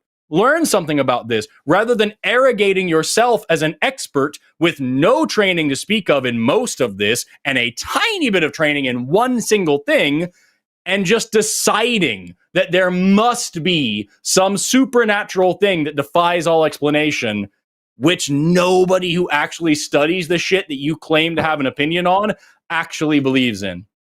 And with that, we've got one call left before we end the show. It's already running late. So I'm going to move on. Taylor, do you have anything left for Anthony before we wrap up? No, not really. I don't think. All right. Thanks so much, Anthony, for calling in. Please go actually try to learn this stuff sometime. With that, sorry, it was a super sciencey call, and I felt like I was just all over it. And I hope that you didn't have anything that you were trying to get in there. No, that's good. That's good. I encourage you, if I'm ever talking too long and you have a thing, just start talking. Just yell at me. Like, no, hey, it's your area of expertise, so I'd rather you. The problem is, Taylor, it actually wasn't. It wasn't, and I still knew more than Anthony. It's just, God, it's frustrating. We have one call left. For me, I'm a little more boring with them, where I'm like, don't know, and that's okay. That's it. Period. That's the problem. Is I don't know is a perfectly fine answer, and I don't understand why it's a bad thing for people like Anthony. It just it sucks. Okay, so we've got one call left. and it is Razor, pronouns he and they, calling in from calloused apple juice. What does that even mean? I don't know why they would put that as their, I don't know. Who wants to talk about the ethics of science? Razor, you're on the line with Forrest and Taylor. How are you doing today? Okay, so, okay, can you hear me? Yes, I can. Okay, being sure. Hello, Forrest and Skeptical Heretic. I don't know what you prefer to be called. That's fine. Hello. Sounds fun. Okay. Yes, hi. Sorry. Sorry, I'm still reeling from those last two calls. It was wild. It was wild. So yes, my call was going to be like the ethics of science in more, in not the way of like when it comes to showing the details and stuff, because I know like with science, with certain science papers and publishing their works and stuff, if they don't have good ethics, they could fudge numbers and stuff like that. But more in the sense when it comes to the testing of stuff and the ethics of, let's say, human testing, as it were. Like, do you know what I mean when I say that? You're talking about ethical issues with human testing? Yeah, ethical issues that can come with human testing, and when it comes, and like, God, sorry, it's really it's complicated when I'm talking about it, but I really want to. It's because like I always have this mindset when it comes to like how fast science can move forward if we did do human testing on, say, certain dregs of society. Like that's what I always think. That's what I always end up thinking, and I know that's a messed up thought process, but I want an actual scientist thought on that. Yeah, it's fucked up. Yeah. We know for sure. We know for sure that if we throw out ethics out the window, science does move very fast, but it's also sloppy. So the issue is that we could move very quickly, but we would miss a lot of biases and ignorant ass thinking that would come with someone allowing that sort of stuff. So it's not worth it for a lot of reasons. It's not worth it. Like even if it means like getting certain vaccines or medicine out a lot faster, like well, so take for example, take for example Nazi experiments and shit. Project Paperclip allowed us to bring over a bunch of Nazi scientists and give them immunity as long as they gave us their science. The problem is that while we learned a whole lot about medicine and rockets and all sorts of stuff, not only the ethical side that we did at the Expense of Human Lives, but also what I'm talking about, it was done under the assumption of like social Darwinism and shit, which is thoroughly debunked pseudoscience. So if your science comes with a foundation of pseudoscience, it's not good science. It's bad. And a lot of the stuff had to be replaced later on with actual science that was gathered with data that was actually ethically collected.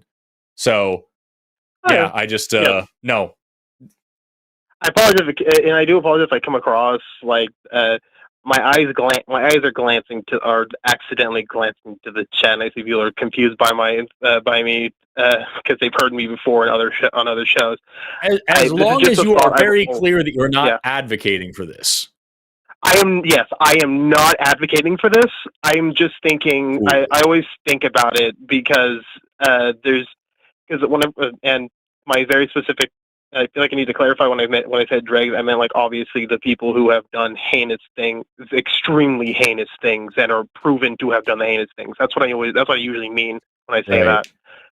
So that not only is an ethical question in terms of like good science, it is also an ethical question in what rights are. And if you can do heinous things and have your humanity stripped away from you, then that can happen to anybody. And if you are so Like it's like the exact thing that we're talking about now when we talk about in this country where MAGA Republicans are talking about due process and saying that criminals and illegals don't have due process. The problem is that if somebody doesn't have due process, nobody does. Because if you are a law-abiding legal citizen, they can say you're an illegal with that broke the law, and you no longer have the right of due process to prove them wrong. So if somebody can be declared the dregs and then you lose all humanity, then absolutely anybody can, and you lose the ability to prove them wrong because you're a dregs now, and you don't get the right to do that because you're just a science experiment. So not just from a scientific perspective, not just from a progress perspective, not just even from an ethical perspective, from like just a sound reasoning perspective, that's an insane thing to do, and no logical thinking person would allow it. Okay, that makes sense. Like, yeah, it's just something that does pop into my head every once in a while. When it is every once in a while, I know it's bad. Believe me, I know it's bad. I'm just like, it is something. Look up Unit 731 and decide if it's worth it. Is what I'm saying. Anyway, Unit 731. What is it? Unit 731. There were experiments in Imperial Japan where they treated humans as test subjects and did some truly fucking horrific shit. And you see exactly the kind of thing that I'm talking about, where anybody can be just a lab rat, and what that looks like. And we learned some stuff, not enough to make it even close to worth it. Okay.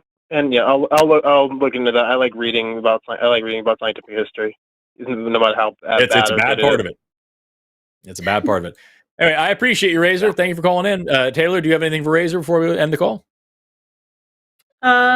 No, I don't think so. I get really sad even over animal testing, so I can't even process. It's a rough thing.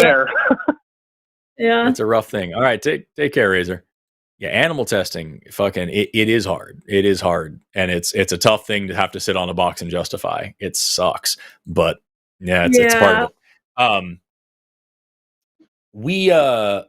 That was our last call of the evening. Which means we now have super chats. I want to remind everybody before we go into super chats that as soon as we are close to done with the show, I'm also going to set the new Reacteria to start premiering. So make sure, don't just leave this show, just migrate over to my channel and watch that whenever we're done with super chats. With that, let's see the first ones. We've got $9.99 from Andy Gibson. Andy, where the fuck did I get Andy? Adam Gibson. Forrest, I'm getting my ticket for BajaCon tomorrow. I can't wait to see you in Ontario, assuming Canada still exists then. Who knows? It may be our 51st state. We'll see. Come get some freedom.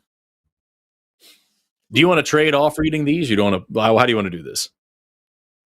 Sure. $5 from Sean Isherwood. There's a lot of sophisticated maths about different logics. I believe the bits I think I understand just as a PhD student. Does that make me a crank? What is a crank? Yes. I think it's just a lunatic or a jerk. Oh. And yeah, Sean Isherwood, anything you believe about math is wrong. Every digit possible is included in pi. It's going to piss him off. He's a frequent watcher, and he actually is a math PhD student. And he once corrected me. I talked about how, like, because pi is infinite, any digit, any sequence must be included in it. And he pointed out how, like, there's some theoretical mathematics that says that's wrong, or not, at least not necessarily true.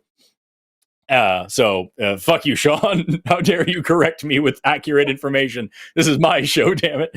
$5 from Leah Shauna Silverbow. If you must cross a course, cross cow towards, oh my God, my brain doesn't even want to play with it. Cross cow across a crowded cow crossing, cross the cross course, cow across the crowded cow crossing carefully. Hashtag moo. Hashtag fuck you. What is that? What is it? God.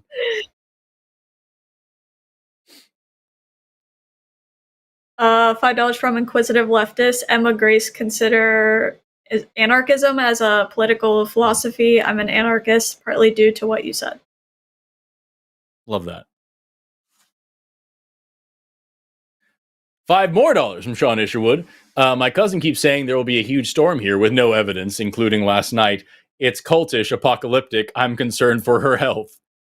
I don't know where you are, but it's been wild across America, especially here where I'm at in the center. Yeah, there was like a big thunderstorm tonight, and I was actually afraid that like somehow my internet would stop working, but we survived. So, $10 from Aiden Dragon. I don't see an option for gifting memberships anymore, so I'll try to come up with something to say. Hi, Forrest. Your content has helped this homeschooled former YEC clueless guy learn a lot. Well, thank you so much. That's very kind of you. If you want to gift some memberships, come over to my channel and do it. It'll be great. $5 Canadian from David Haxor, hashtag Team Ben 10. Is Dr. Ben now several aliens? Is that what's happening? We have Dr. Ben here on the channel, and I'm assuming that's the Team Ben, and I'm assuming that he is now also multiple aliens. And you know what? That suits him. That sounds like what he is. I don't know what this is, but thank you for the $5 Canadian. We'll put your color for last Monday to go to views. $5 from Sean Isherwood. She believes it because she saw it in a dream, and if you look at a candle all night, you'll be saved. She's religious, and it almost obscures her health. That's sad. I can't tell if you're being serious or not. I'm sorry or hilarious, funny. I don't need. Sucks whatever you're going through, Sean. Or what? Like, what's going on? What's going on with Sean? $5 in the Raven 200. Hey, Forrest, what's your favorite extinct animal? Due to my childhood hyperfixation on sharks, my favorite extinct ocean predator is Megalodon. I don't know. I really like Lystrosaurs, though. Lystrosaurus, adorable. Funky little shovel pigs. They're these cute little pig guys that had tusks and a beak. Aww. And the word Lystrosaurus means shovel lizard. And they lived in the Permian, and they existed a little bit into the Mesozoic as well. So they were around when the first dinosaurs were around, but not for too long. And also, you talk about Megalodon. I was just at Free Flow in Florida, and some fans gave me this Megalodon tooth. They were scuba divers, and they found this, so cool. And they gave me this as a gift. And I sent pictures of it to some paleontology friends, and asked them for like if there was any kind of like a chart that could or like some mathematics that could like help predict the size of this thing. And they sent me a thing, which I am looking to check right now. This guy, because of the length of the longest part of the tooth, and because of this paper by Simada 2019, this guy would have been about 15 meters long. My entire ass, that's like more than double the size of my whole living room. Just this fucking shark. Insane. 15 fucking meters. That's about 45 feet for this fucking guy. Just nutty. Nutty as all shit, dude. I saw there was like an extinct giant land sloth. Oh, yeah. You're talking about Megatherium? I guess. I don't know. Also, there's a person. Yeah, giant ground sloth, Megatherium. They're adorable. And like for me, like, what do you call like a fucking like 4 meter long sloth that just wants to lay? I call it Snorlax, you know? And as someone who grew up wanting to be a Pokemon master, it's great. Also, there's a person in chat that just had to be timed out for the rest of the day. Chief, who was just all excited about how John beat us. John won. I think Chief is John because Chief's the only person saying that.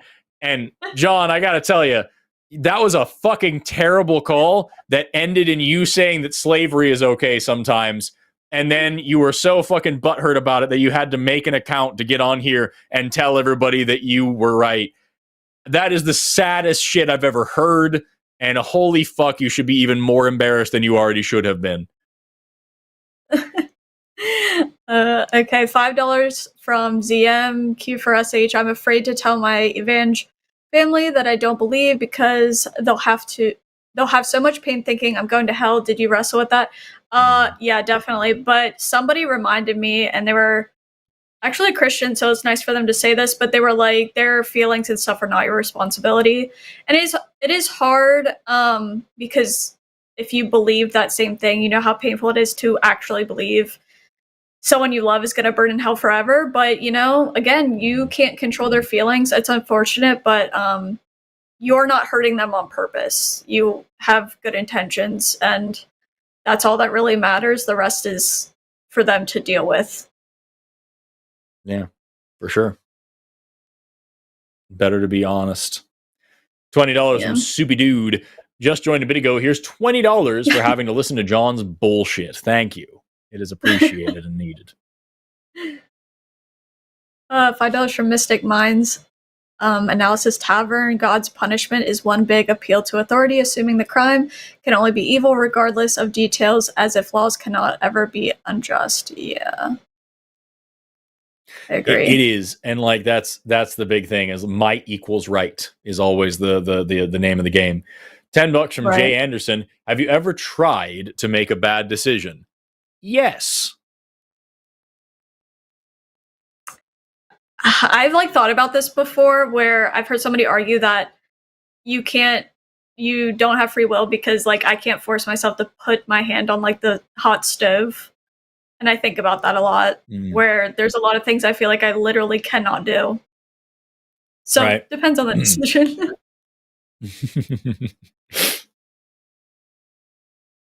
$5 from Soupy Dude. Oh, I'm sorry. Was this yours or mine? I'm doing the thing. 2 Kings 2:23. God sends a bear to maul children in the Bible. There are 14 for calling someone bald, but that's totally not evil. You must have sent this before we talked about it. Yes, absolutely. Absolutely. Freaky as shit. $6 from Jason Jones. $3 for I don't even know how to pronounce his names actually. Nadab. Those are the kids that God killed. Oh, okay. Like Bob in the Nadab and Abihu. The desert until the Jupiter clan. Also Paul's Valley, okay, is having our first Pride event June 1st. Hell yeah. Bringing pride to Paul's Valley. That's awesome. Invite me. Send me an email about it. $5 from Aliyah Shauna Silverbow. John, I've studied the whole Bible. Forrest repeatedly cites the Bible. John, no, it doesn't say that. What's that verse? And then the hashtag is don't apologize to him. Don't try to make him feel good. $9.99 from Dances with Turtles. Would John be okay with being thrown into a den of lions, cats, for not really reading the Bible and being full of pride for winning? And would he tell the lions he won? Probably. Yes. Just putting this person in the chat who just had to be muted for complaining about all of our isms and things like that. Just, you had 3 hours to call in about it, dude. $10 from Jay Anderson. Free will is the biggest Christian lie of all. We do what we do because we are who we are. Making decisions other than based on our experiences and biology, etc., is folly. That's the belief of Robert Sapolsky, who's a neuroscientist who says that we have no free will because at the end of the day, everything in our brain is determined by laws of physics and what we can predict from biology as a whole. So, like, yeah, that there's an argument to be made for that. I don't know if I'm into it, but it's an argument. Yeah.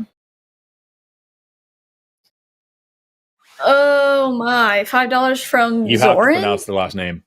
No, you have to pronounce the last name. You have to. Glukovic?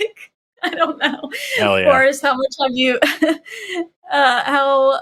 you heard and know what?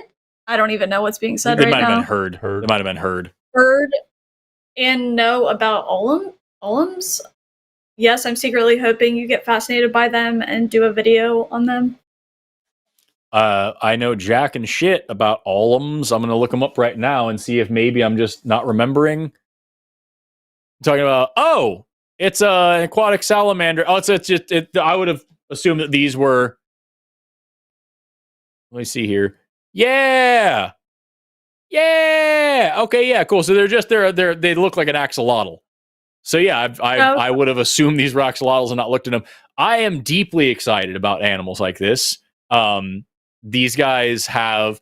I don't know if these are the same as axolotls, but axolotls are remarkably able to regrow like any fucking tissues, you can literally cut a chunk out of their spinal cord and they can regrow it and be just fine. I did not know and that. So we are studying how they do that. You can cut off limbs, you can cut off big chunks of their body, and they just regrow it just fine. So like we are currently studying axolotls in order to help with regenerative care in humans, and maybe we can get to a time where we can have regrowing nerves, where we can treat neurodegenerative disorders, where we can treat fucking a limb amputation. You can regrow the fucking thing if we learn enough about this. That would be how wild that'd be to get a whole new baby arm. So yeah, it's a really, really, really cool stuff. $5 from Jade. John is one of the callers of all time. Undeniable. He certainly will go down in history as a caller. $5 from Reality Successor. First SC ever super chat. I'm guessing Skeptical Heretic mentioning empathy reminded me of a nice church sign I drove past last week. If empathy is a sin, sin loudly. Hell yeah. Oh, that's nice. Love that. $10 from Silly Spaghetti. I've suddenly found myself praying quite a bit tonight, begging God that John won't still be on the line every time I tune back in. Has he called in before? I don't know. I don't think so. Okay. I've never talked to him before. Yeah, that would have been his first time. And it was bad. You did a bad job, John. $5 from Amish Bob. God, let my people go. Pharaoh, okay, I will. God, wrong answer, motherfucker. Hashtag Jesus loves you. Absolutely. $6.99 from Tim Ukers? I don't even know. I'm so bad at pronouncing names. John is Yuruski. John is the human embodiment of playing chess with a pigeon. He knocks over the pieces, shoots on the board, and thinks he won. True. I love, especially East European names like that. I love put a little extra lilt in there. Tim Yuruski. You know what I mean? Get a little extra, little R in there. Yuruski. I'm like, I don't know. Jeez, might be racist towards the white people. $5 from Space Barbarian. I'm starting to be concerned that "own the libs" may be a reference to slavery. You know what, though? That whole thing that I talked about earlier with about nobody has due process. It's scary. It's a scary time. It is scary.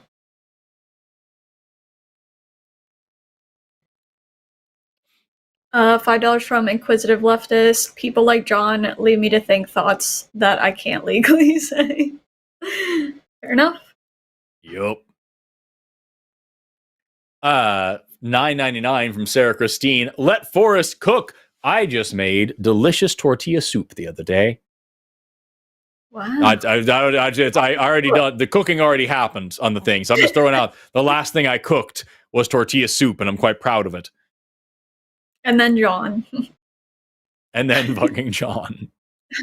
$5 from Coffee Mom. My 8-year-old asked, "What even is the point of religion?" Well, son, to explain the natural world, to control people in the modern world, it's just control. Fair. Can we make I guess we can't make one with enough options. And everybody in the chat, let me know if you want the premiere countdown to be classic, alternative, ambient, bright, calm, cinematic, contemporary, dramatic, funky, gentle, happy, inspirational, kid-friendly, sci-fi, or sports-themed. And just know, most of those don't mean what you think they mean. I've been through these, and they don't mean anything. So just put whatever you want in chat, and I'll set it as whatever I see the most of here in a minute. $10 from Letty. Natural laws don't exist. Reality is what it is. Laws and constants are idealizations used for prediction and explanation, not literal metaphysical entities. All models are wrong. Some of them are useful. Thank you, Letty. Absolutely 100%.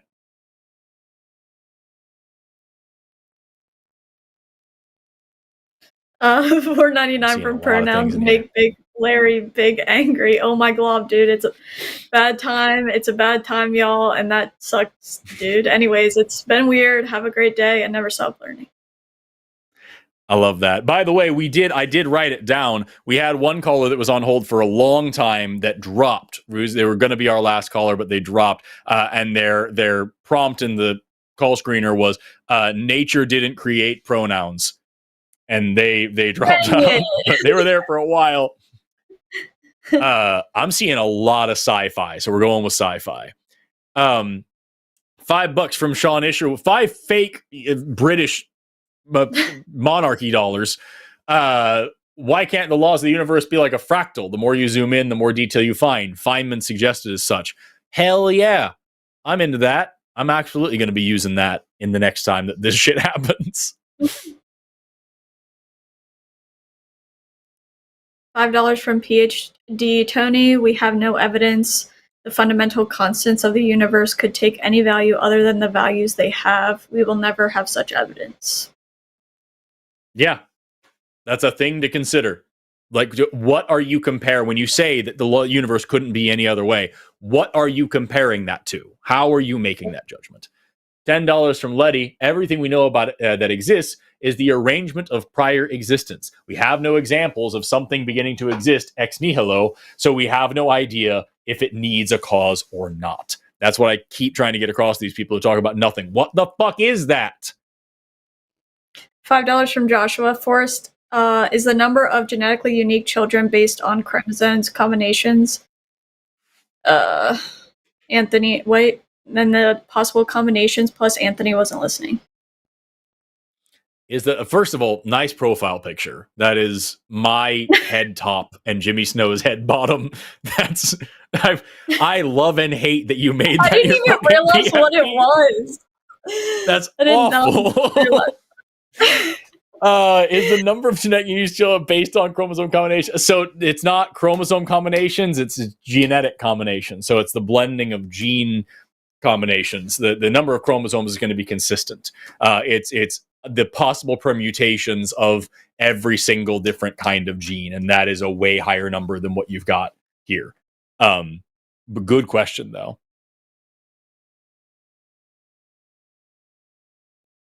$10 from Caleb Jonkey. I want to say Jonkey. I think Anthony is getting hung up on the details and can't see the bigger picture. He just can't see them. Fuck off. He just can't seem to see the forest through the Valkais. Yeah, that one was a bit of a stretch. Well done.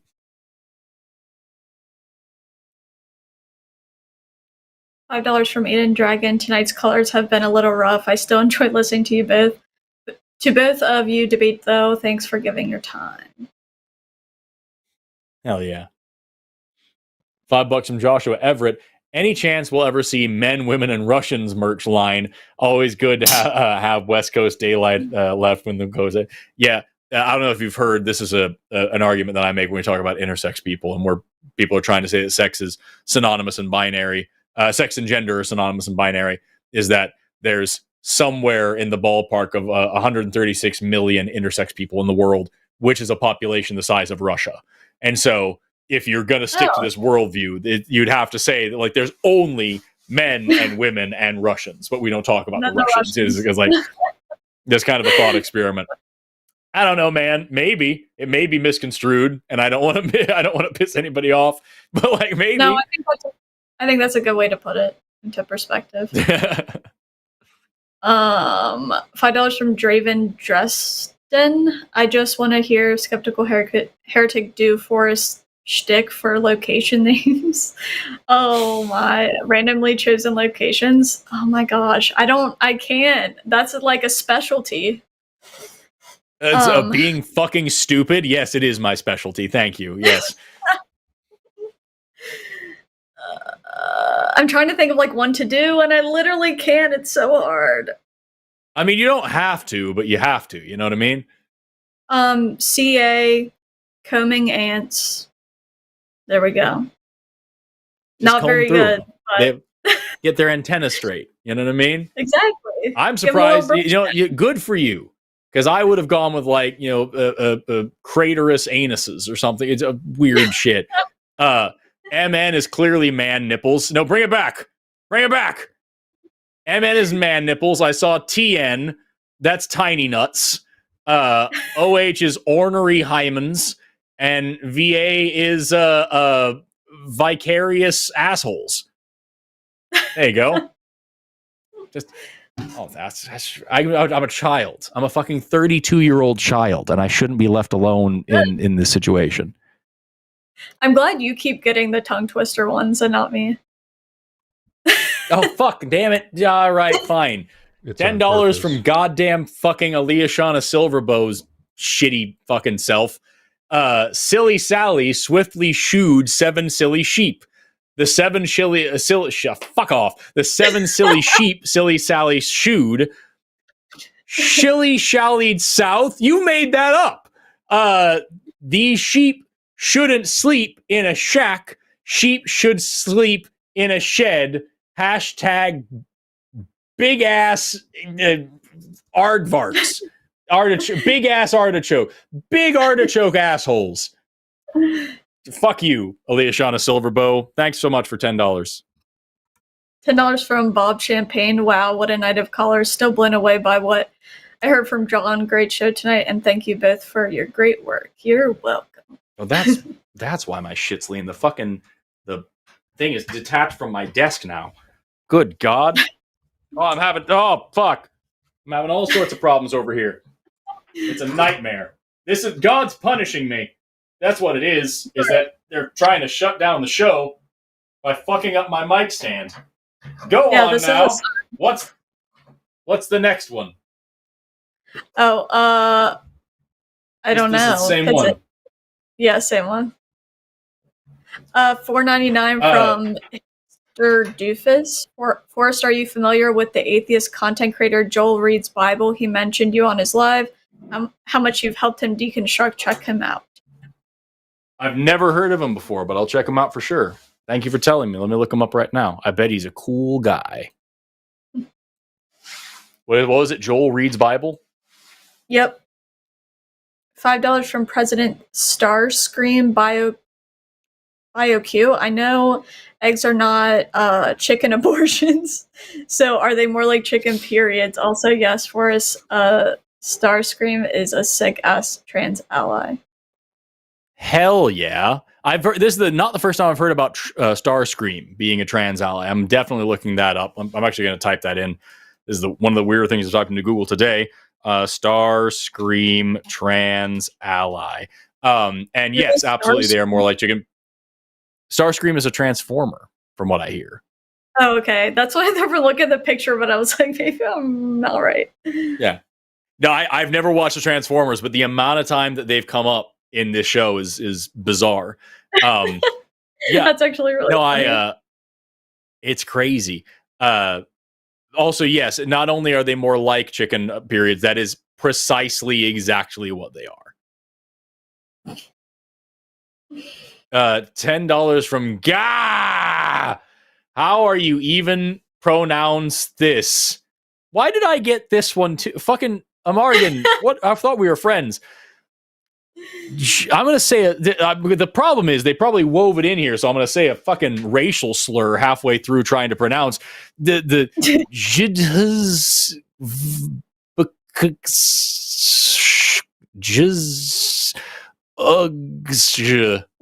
Also, I love Forrest's infinite enthusiasm for anything, even tangentially science. I don't have infinite enthusiasm for this. I do. It was fun to do.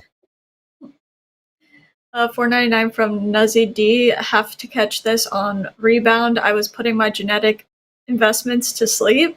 Love y'all's work. Forrest is truly the greatest Pokemon master. I get it. Oh God. Okay. To everyone, go if you're watching this and you're a fan of the show, go tell Jesse Jerdak that Diglett is the best Pokemon, not Machamp. He's wrong. He's very wrong. What's your favorite Pokemon, Taylor? I feel like I've always liked Umbreon and Espeon because of the GameCube. You know which one I'm talking about? The game, the Pokemon Coliseum. All right. It's kind of lame. I was going to assume I was going to pick Dragonite just on assumption, but like whatever. But also Mudkip is the cutest, so sometimes he's my favorite. Love that. Love that. Anything but Machamp. Go tell Jesse Jerdak that he's wrong about Machamp. $5 from the Raven 200. I think the super chatter was referencing Ben 10 when they said Team Ben and many aliens. It's a cartoon about a kid named Ben. I know what it was. I've continued the reference. What do we do? Why? Don't mansplain the joke to me. How dare you? $9.99 from Brock Smith. Is the slippery slope the most tenuous of fallacies? Seems slippery slopes actually do happen. Evolution is even one, and I've heard line hosts say not to engage in a SS fallacy, but thoughts? Slippery evolution is not a slippery slope fallacy properly applied, because there are limitations to things. But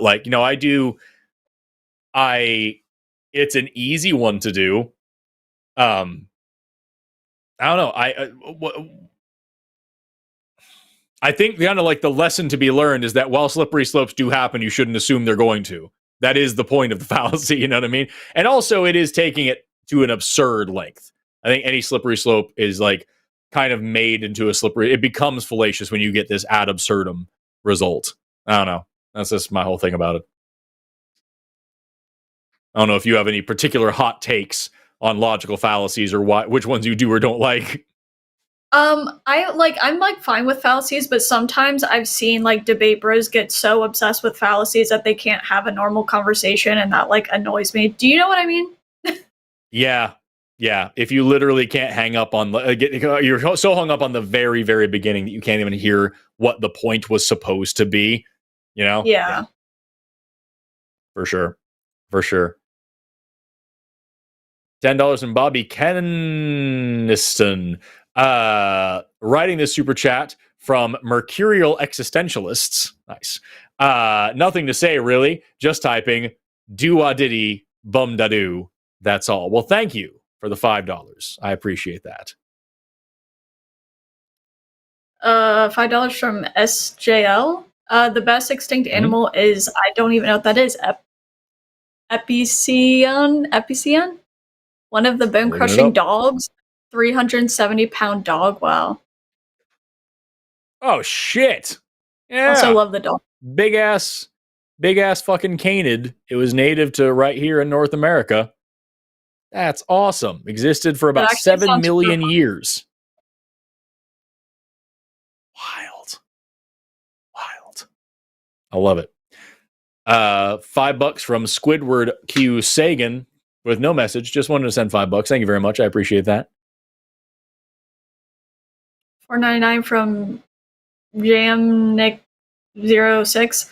Forrest reading of Alishana's cow crossing comment was utter disaster. How dare you? How dare you? $5 from Draven Dresden. Is there any chance you can convince Tommy to come to Overlapping Hot Dog in the near-ish future so he can sign my shirt for him? You know, if anybody ever, I will start practicing a signature for Tommy Valkai. And if anybody ever wears any Tommy Valkai merch, all the shirts are black. So I don't know how I'm going to sign anything, but I'll figure out a way to do it. If you ever meet me at a convention or something and you want me to sign Tommy instead of Forrest, I'd be happy to do it.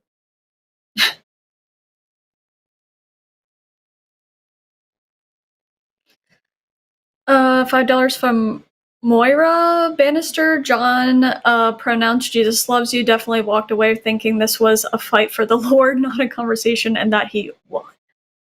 True. That's the saddest thing about it. He made his God look worse and worse and worse and worse, and probably thinks that he did God's work. $9.99 from Life is Literary. Not my argument, but what's a good response to a woman is one who identifies as a woman, therefore leaving woman as a word yet to be defined? I like to just point out how definitions work in general. You know what I mean? First of all, a woman is not just someone who identifies. That's not the basis. It's not that simple. When we talk, first of all, why the fuck is it always women? Second of all, let's say a man is someone who self-identifies as and aligns their gender identity to the cultural, behavioral, or physical characteristics that they associate with masculinity.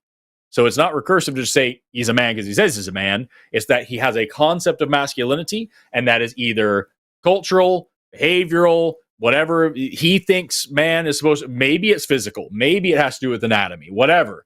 And this is his picture of masculinity, and he is aligning his gender identity with that thing. That is what makes him a man.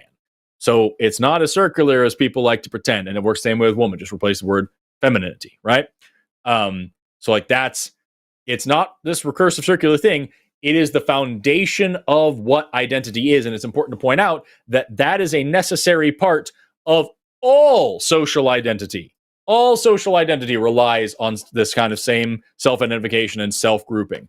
What is a Republican? What is a Christian? What is a patriot? What any part of social identity in this way is that you are aligning this fundamental part of yourself that you take very seriously with your perception of what this thing means. Because there is no textbook definition of what Republican means. There is no, a Republican is a person who calls himself a Republican, who behaves in a way that they think Republicans behave, in a way that they believe Republicans should vote or act, or what, you know what I mean? I don't know. Their model of republicanism. Mm-hmm. Social identity, y'all. Not nearly as difficult as transphobes like to pretend. $5 from... $5? Oh, it's you. Okay, sorry. Literally no idea how to say that name. God totally embodies love, like when I told my kid not to touch the stove, but they did. So I let them aflame and tossed them in the basement with love. Yes. That's divinity. That's next to godliness. That's beautiful. So beautiful. Yeah. $10 from John Heretic. No real meaning here, just some money because of the Dragonite Squishmallow. Thank you very much. He's beautiful. Oh, $10 from Zoran. Yeah, Why do I have to say it? Kukovic, here's more monies to apologize for misspelling heard and having you all read my confusing super chat. P.S. is pronounced kind of like God. Shut. He gave you a phonetic. Why is he doing this to me? Chutkovic? Am I doing this right? Chutkovic? Maybe? Yeah, that sounds Serbian. That sounds Serbian as fuck. Chutkovic. Gotcha. Well, it's probably got a fucking glottal stop in there. I feel bad now for calling him a cock.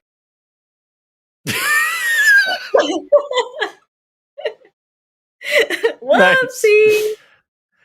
$13.99 in colorful Canadian dollars.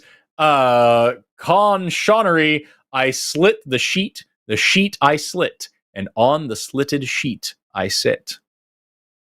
You thought you were going to get me to say shit, and I'll say it anyway.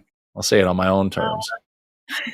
$5 from John Urich. Forrest MN is clearly mnemonic nematodes. Mnemonic nematodes.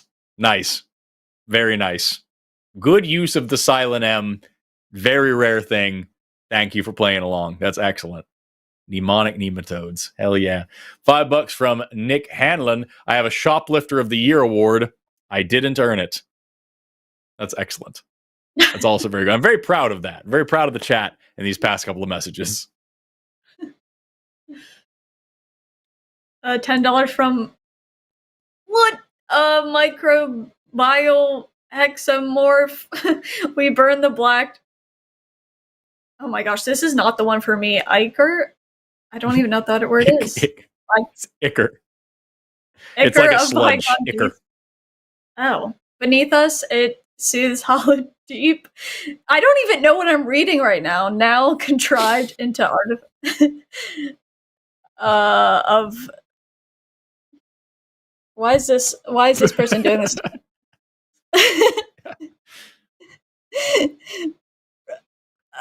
I give up. We burn the black ichor of bygone beast. Beneath it seethes the hollow deep, now contrived into artifices of burgeoning mystique. Into aquifers and estuaries it now seeps. What am I? Oil. That was literally the worst comment I could have ever gotten in my life. I had no idea what was happening. It's a riddle, and the answer is oil. The blackened ichor of bygone beasts, for sure. And then seeping down into aquifers and estuaries. That's where we get it from. Wow. 10 Canadian dollars from Jessica Gallagher. Remember, if you don't sin, Jesus died for nothing. And that's sad. Thanks for another great show. Thank you. $5 from I already forget. Alishana Silverbow. Thanks for putting up with my tongue twisters, Forrest. It's not okay. You see what it's caused. You see what's happened now. Loving the riddles, though. And see it right away. You see what you've wrought? You see what you've caused? Alishana Silverbow? I'm not reading the riddles, ever. This is just $5 from Draven Dresden. Synaptic signals stimulate sensory structures, while symbiotic cyanobacteria silently synthesize sugars, sustaining sprawling seagrass species. That's fucking true. Shut up.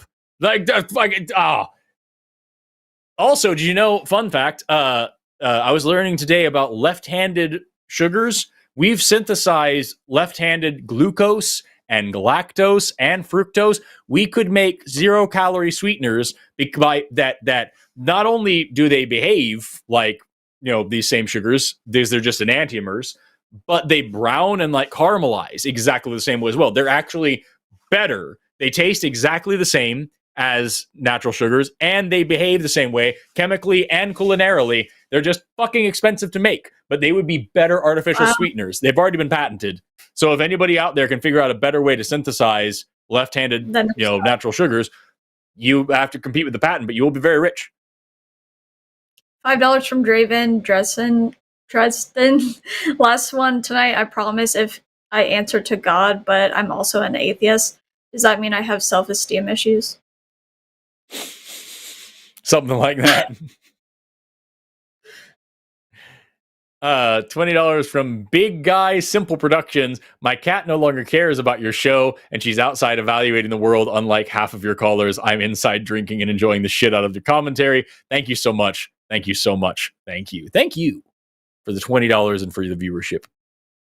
$10 from Letty. Speaking of debate bros and logical fallacies, the worst is when they tried to invoke them in normal conversations. That's an ad hominem. No, it wasn't. We're not debating. I'm just insulting you. Yeah. I love explaining what ad hominems are to people who accuse me of ad hominem. Anytime I call somebody, I'm like, with John. John was a fucking coward. He refused to face the reality of what he was saying because it would mean invalidating his belief that anything in the Bible must be perfect and all these things.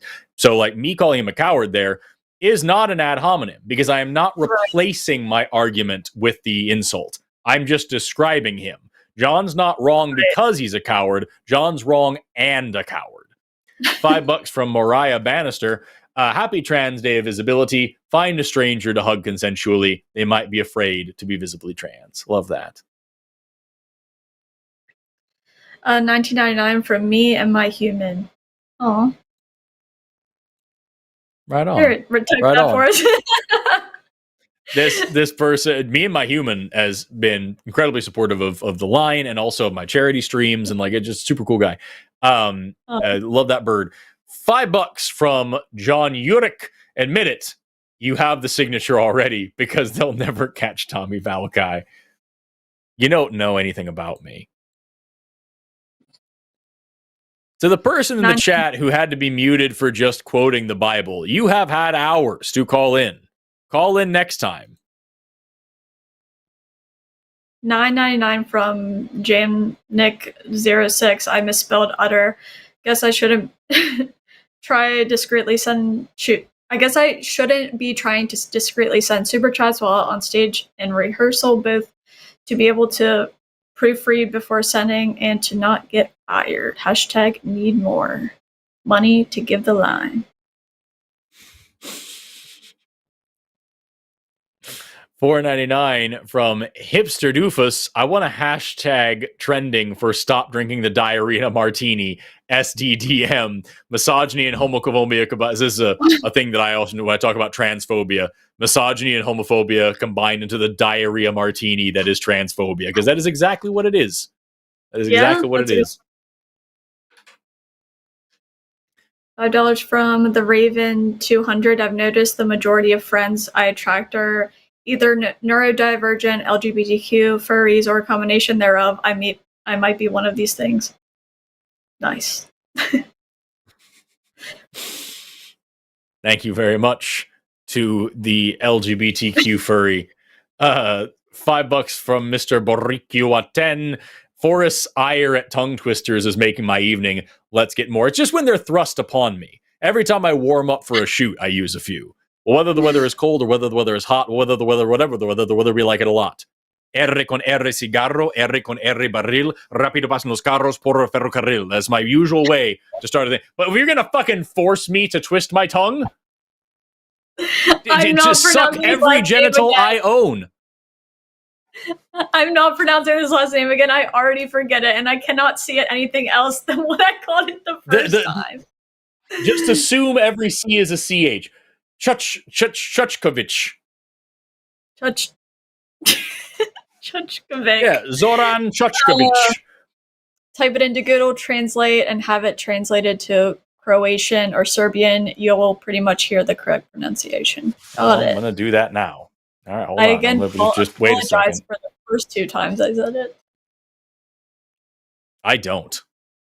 I'm going to take that, and I'm going to Google Translate, and I swear to God, and I'm going to put, what'd you say, Croatian or Serbian? I'm going to pick Serbian, because I'm trying to go to the root here. There's Serbian. There's Chuchkovich. What does it say? Which it translates to Kukovic, is what it turned to. So I don't know what you want from me. Maybe he's wrong about his last name and I'm right. I'm just kidding. It's more of a long U. Chuchkovich. It's almost a T sound. A Chuchkovich. Tutkovich. Tutkovich. That's what I'm getting. I'm probably saying it wrong. I'm probably saying something horrible in whatever language I'm speaking. 1,000. No, it's 100. I'm an idiot. It's 100. I'm guessing rupees. It looks like from Prakash Swain. Forrest, I'm a big fan of yours. Can you talk a bit about free will? Do you believe in it? What is the biology behind it? I'm on the fence. Honestly, I could make a good argument in either direction. And I love the old line that we have no choice but to have free will. But at the end of the day, that's not an argument. So, like, to be perfectly honest, I have good arguments in both directions, and I'm not entirely sure if that's a thing or not. I am skeptical of the concept, and I would like to learn more. That's the best answer I can give you, unfortunately. Thank you for the money, and thank you for being a fan. $10 from the Fuzzy Logic. The juxtaposition of Emma Grace followed by John and Anthony is yet more evidence in support of the... I don't know how to say your last name, what was it? How do you not know we've been friends for... Yes, it's Valkai. Yes. Valkai theorem. Never stop learning, even my cat. Monroe. Learned something tonight. Hell yeah. What is your last name? I know your last name. No, you don't. Your last name is Heretic. Your first name is Skeptical. What is your last name like derived for, like, what's the East European, but it is actually an invention. So but the long and short of it is that my wife and I designed the name Valkai ourselves. We were getting married, and I didn't pick my family, and I wouldn't have. And also my old last name that I was born with was difficult to pronounce, and people kept fucking it up, and it was stupid. And so we came up with Valkai, which is an Anglicization of the Tamil word for life. Because number one, I'm a biologist. Life is my whole jam. Tamil is the oldest still spoken language in the world. And so having that kind of older connection was kind of nice. And if life means anything, it means freedom to choose your own destiny and customize your own character and be who you want to be and do what you want to do. And so Valkai was more than just a name. It was an idea that we could get behind. It was this just symbolic word for the nature of life and the nature of freedom and the nature of not being bound by the circumstances of your birth, which is the whole point of changing your name in the first place. Also, on top of that, we thought it was fucking bullshit that when we get married, she changes her name and I don't. Like I'm like fucking buying a dog. You know what I mean? It's stupid. So yeah, I wore my engagement ring the whole time. You did the same thing? No, I was going to say that's just so cool that you did that. I don't even think I've heard of people just like deciding on like a last name together. That's really cool. Yeah. I wore my engagement ring. This was my engagement ring and my wedding ring. I just wore the same one. But I wore my engagement ring through our whole engagement, and because I thought it was stupid that she had to wear one like a collar that she's claimed and I'm not. You know what I mean? And so we came to this decision that we were going to create a new life, a new family, a new destiny. We are starting a new situation for ourselves and moving ourselves beyond, where we were born and doing. This is now us as adults, as ourselves, self-determining. And so I legally changed my name to Valkai, and then a little while later we got married and it became her legal name too. That's so cool. That's the thing. I also didn't take my husband's last name, but I kept mine. So hell yeah. And the reason I say it's East European, because we looked it up and it is one that we crafted, but actually it is also a name in, I believe, Austria and Hungary. It's an East European, just whatever Slavic language. Valkai is the last name there, and that is where I am from. I am from the Carpathian Mountains. My family were travelers around that area, and my dad was from Austria, and then my mom's side of the family were travelers in the Carpathians, and so it makes sense that would be my name. It works. That's so cool. If anybody out there is looking for a cool last name, if you want to change your last name, consider Valkai, or don't. I'm not a cop. There once was a tutor who tooted the flute that tutored two tutors to toot. Said to the tutor, is it easier to toot than to tutor two tutors to toot? I'd say it's easier to toot. Also, fuck off.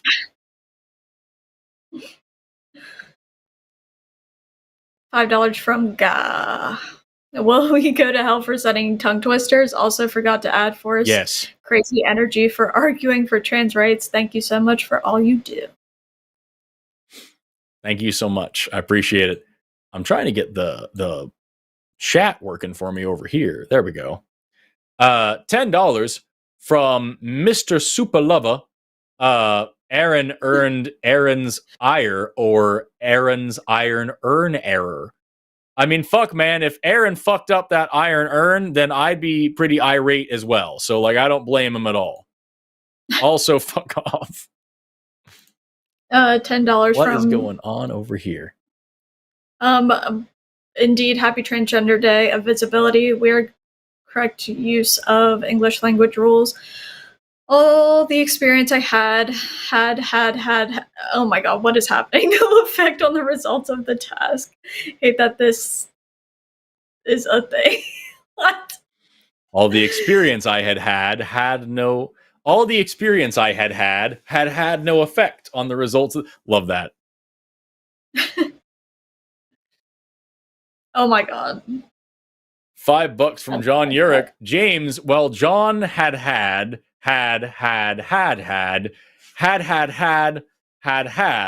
better effect on the teacher. Y'all are incorrigible. No, I'm not doing this anymore, Chuck. I always forget. But we looked up the pronunciation. It was different. Yeah. So what am I it's a whole thing, here? And you got to live with it now. Forrest, your first pronunciation before the T once was on point. Huh. Been called a fuck plenty of times the right wingers during arguments. You see what happened now, Taylor? You're like a Trump supporter.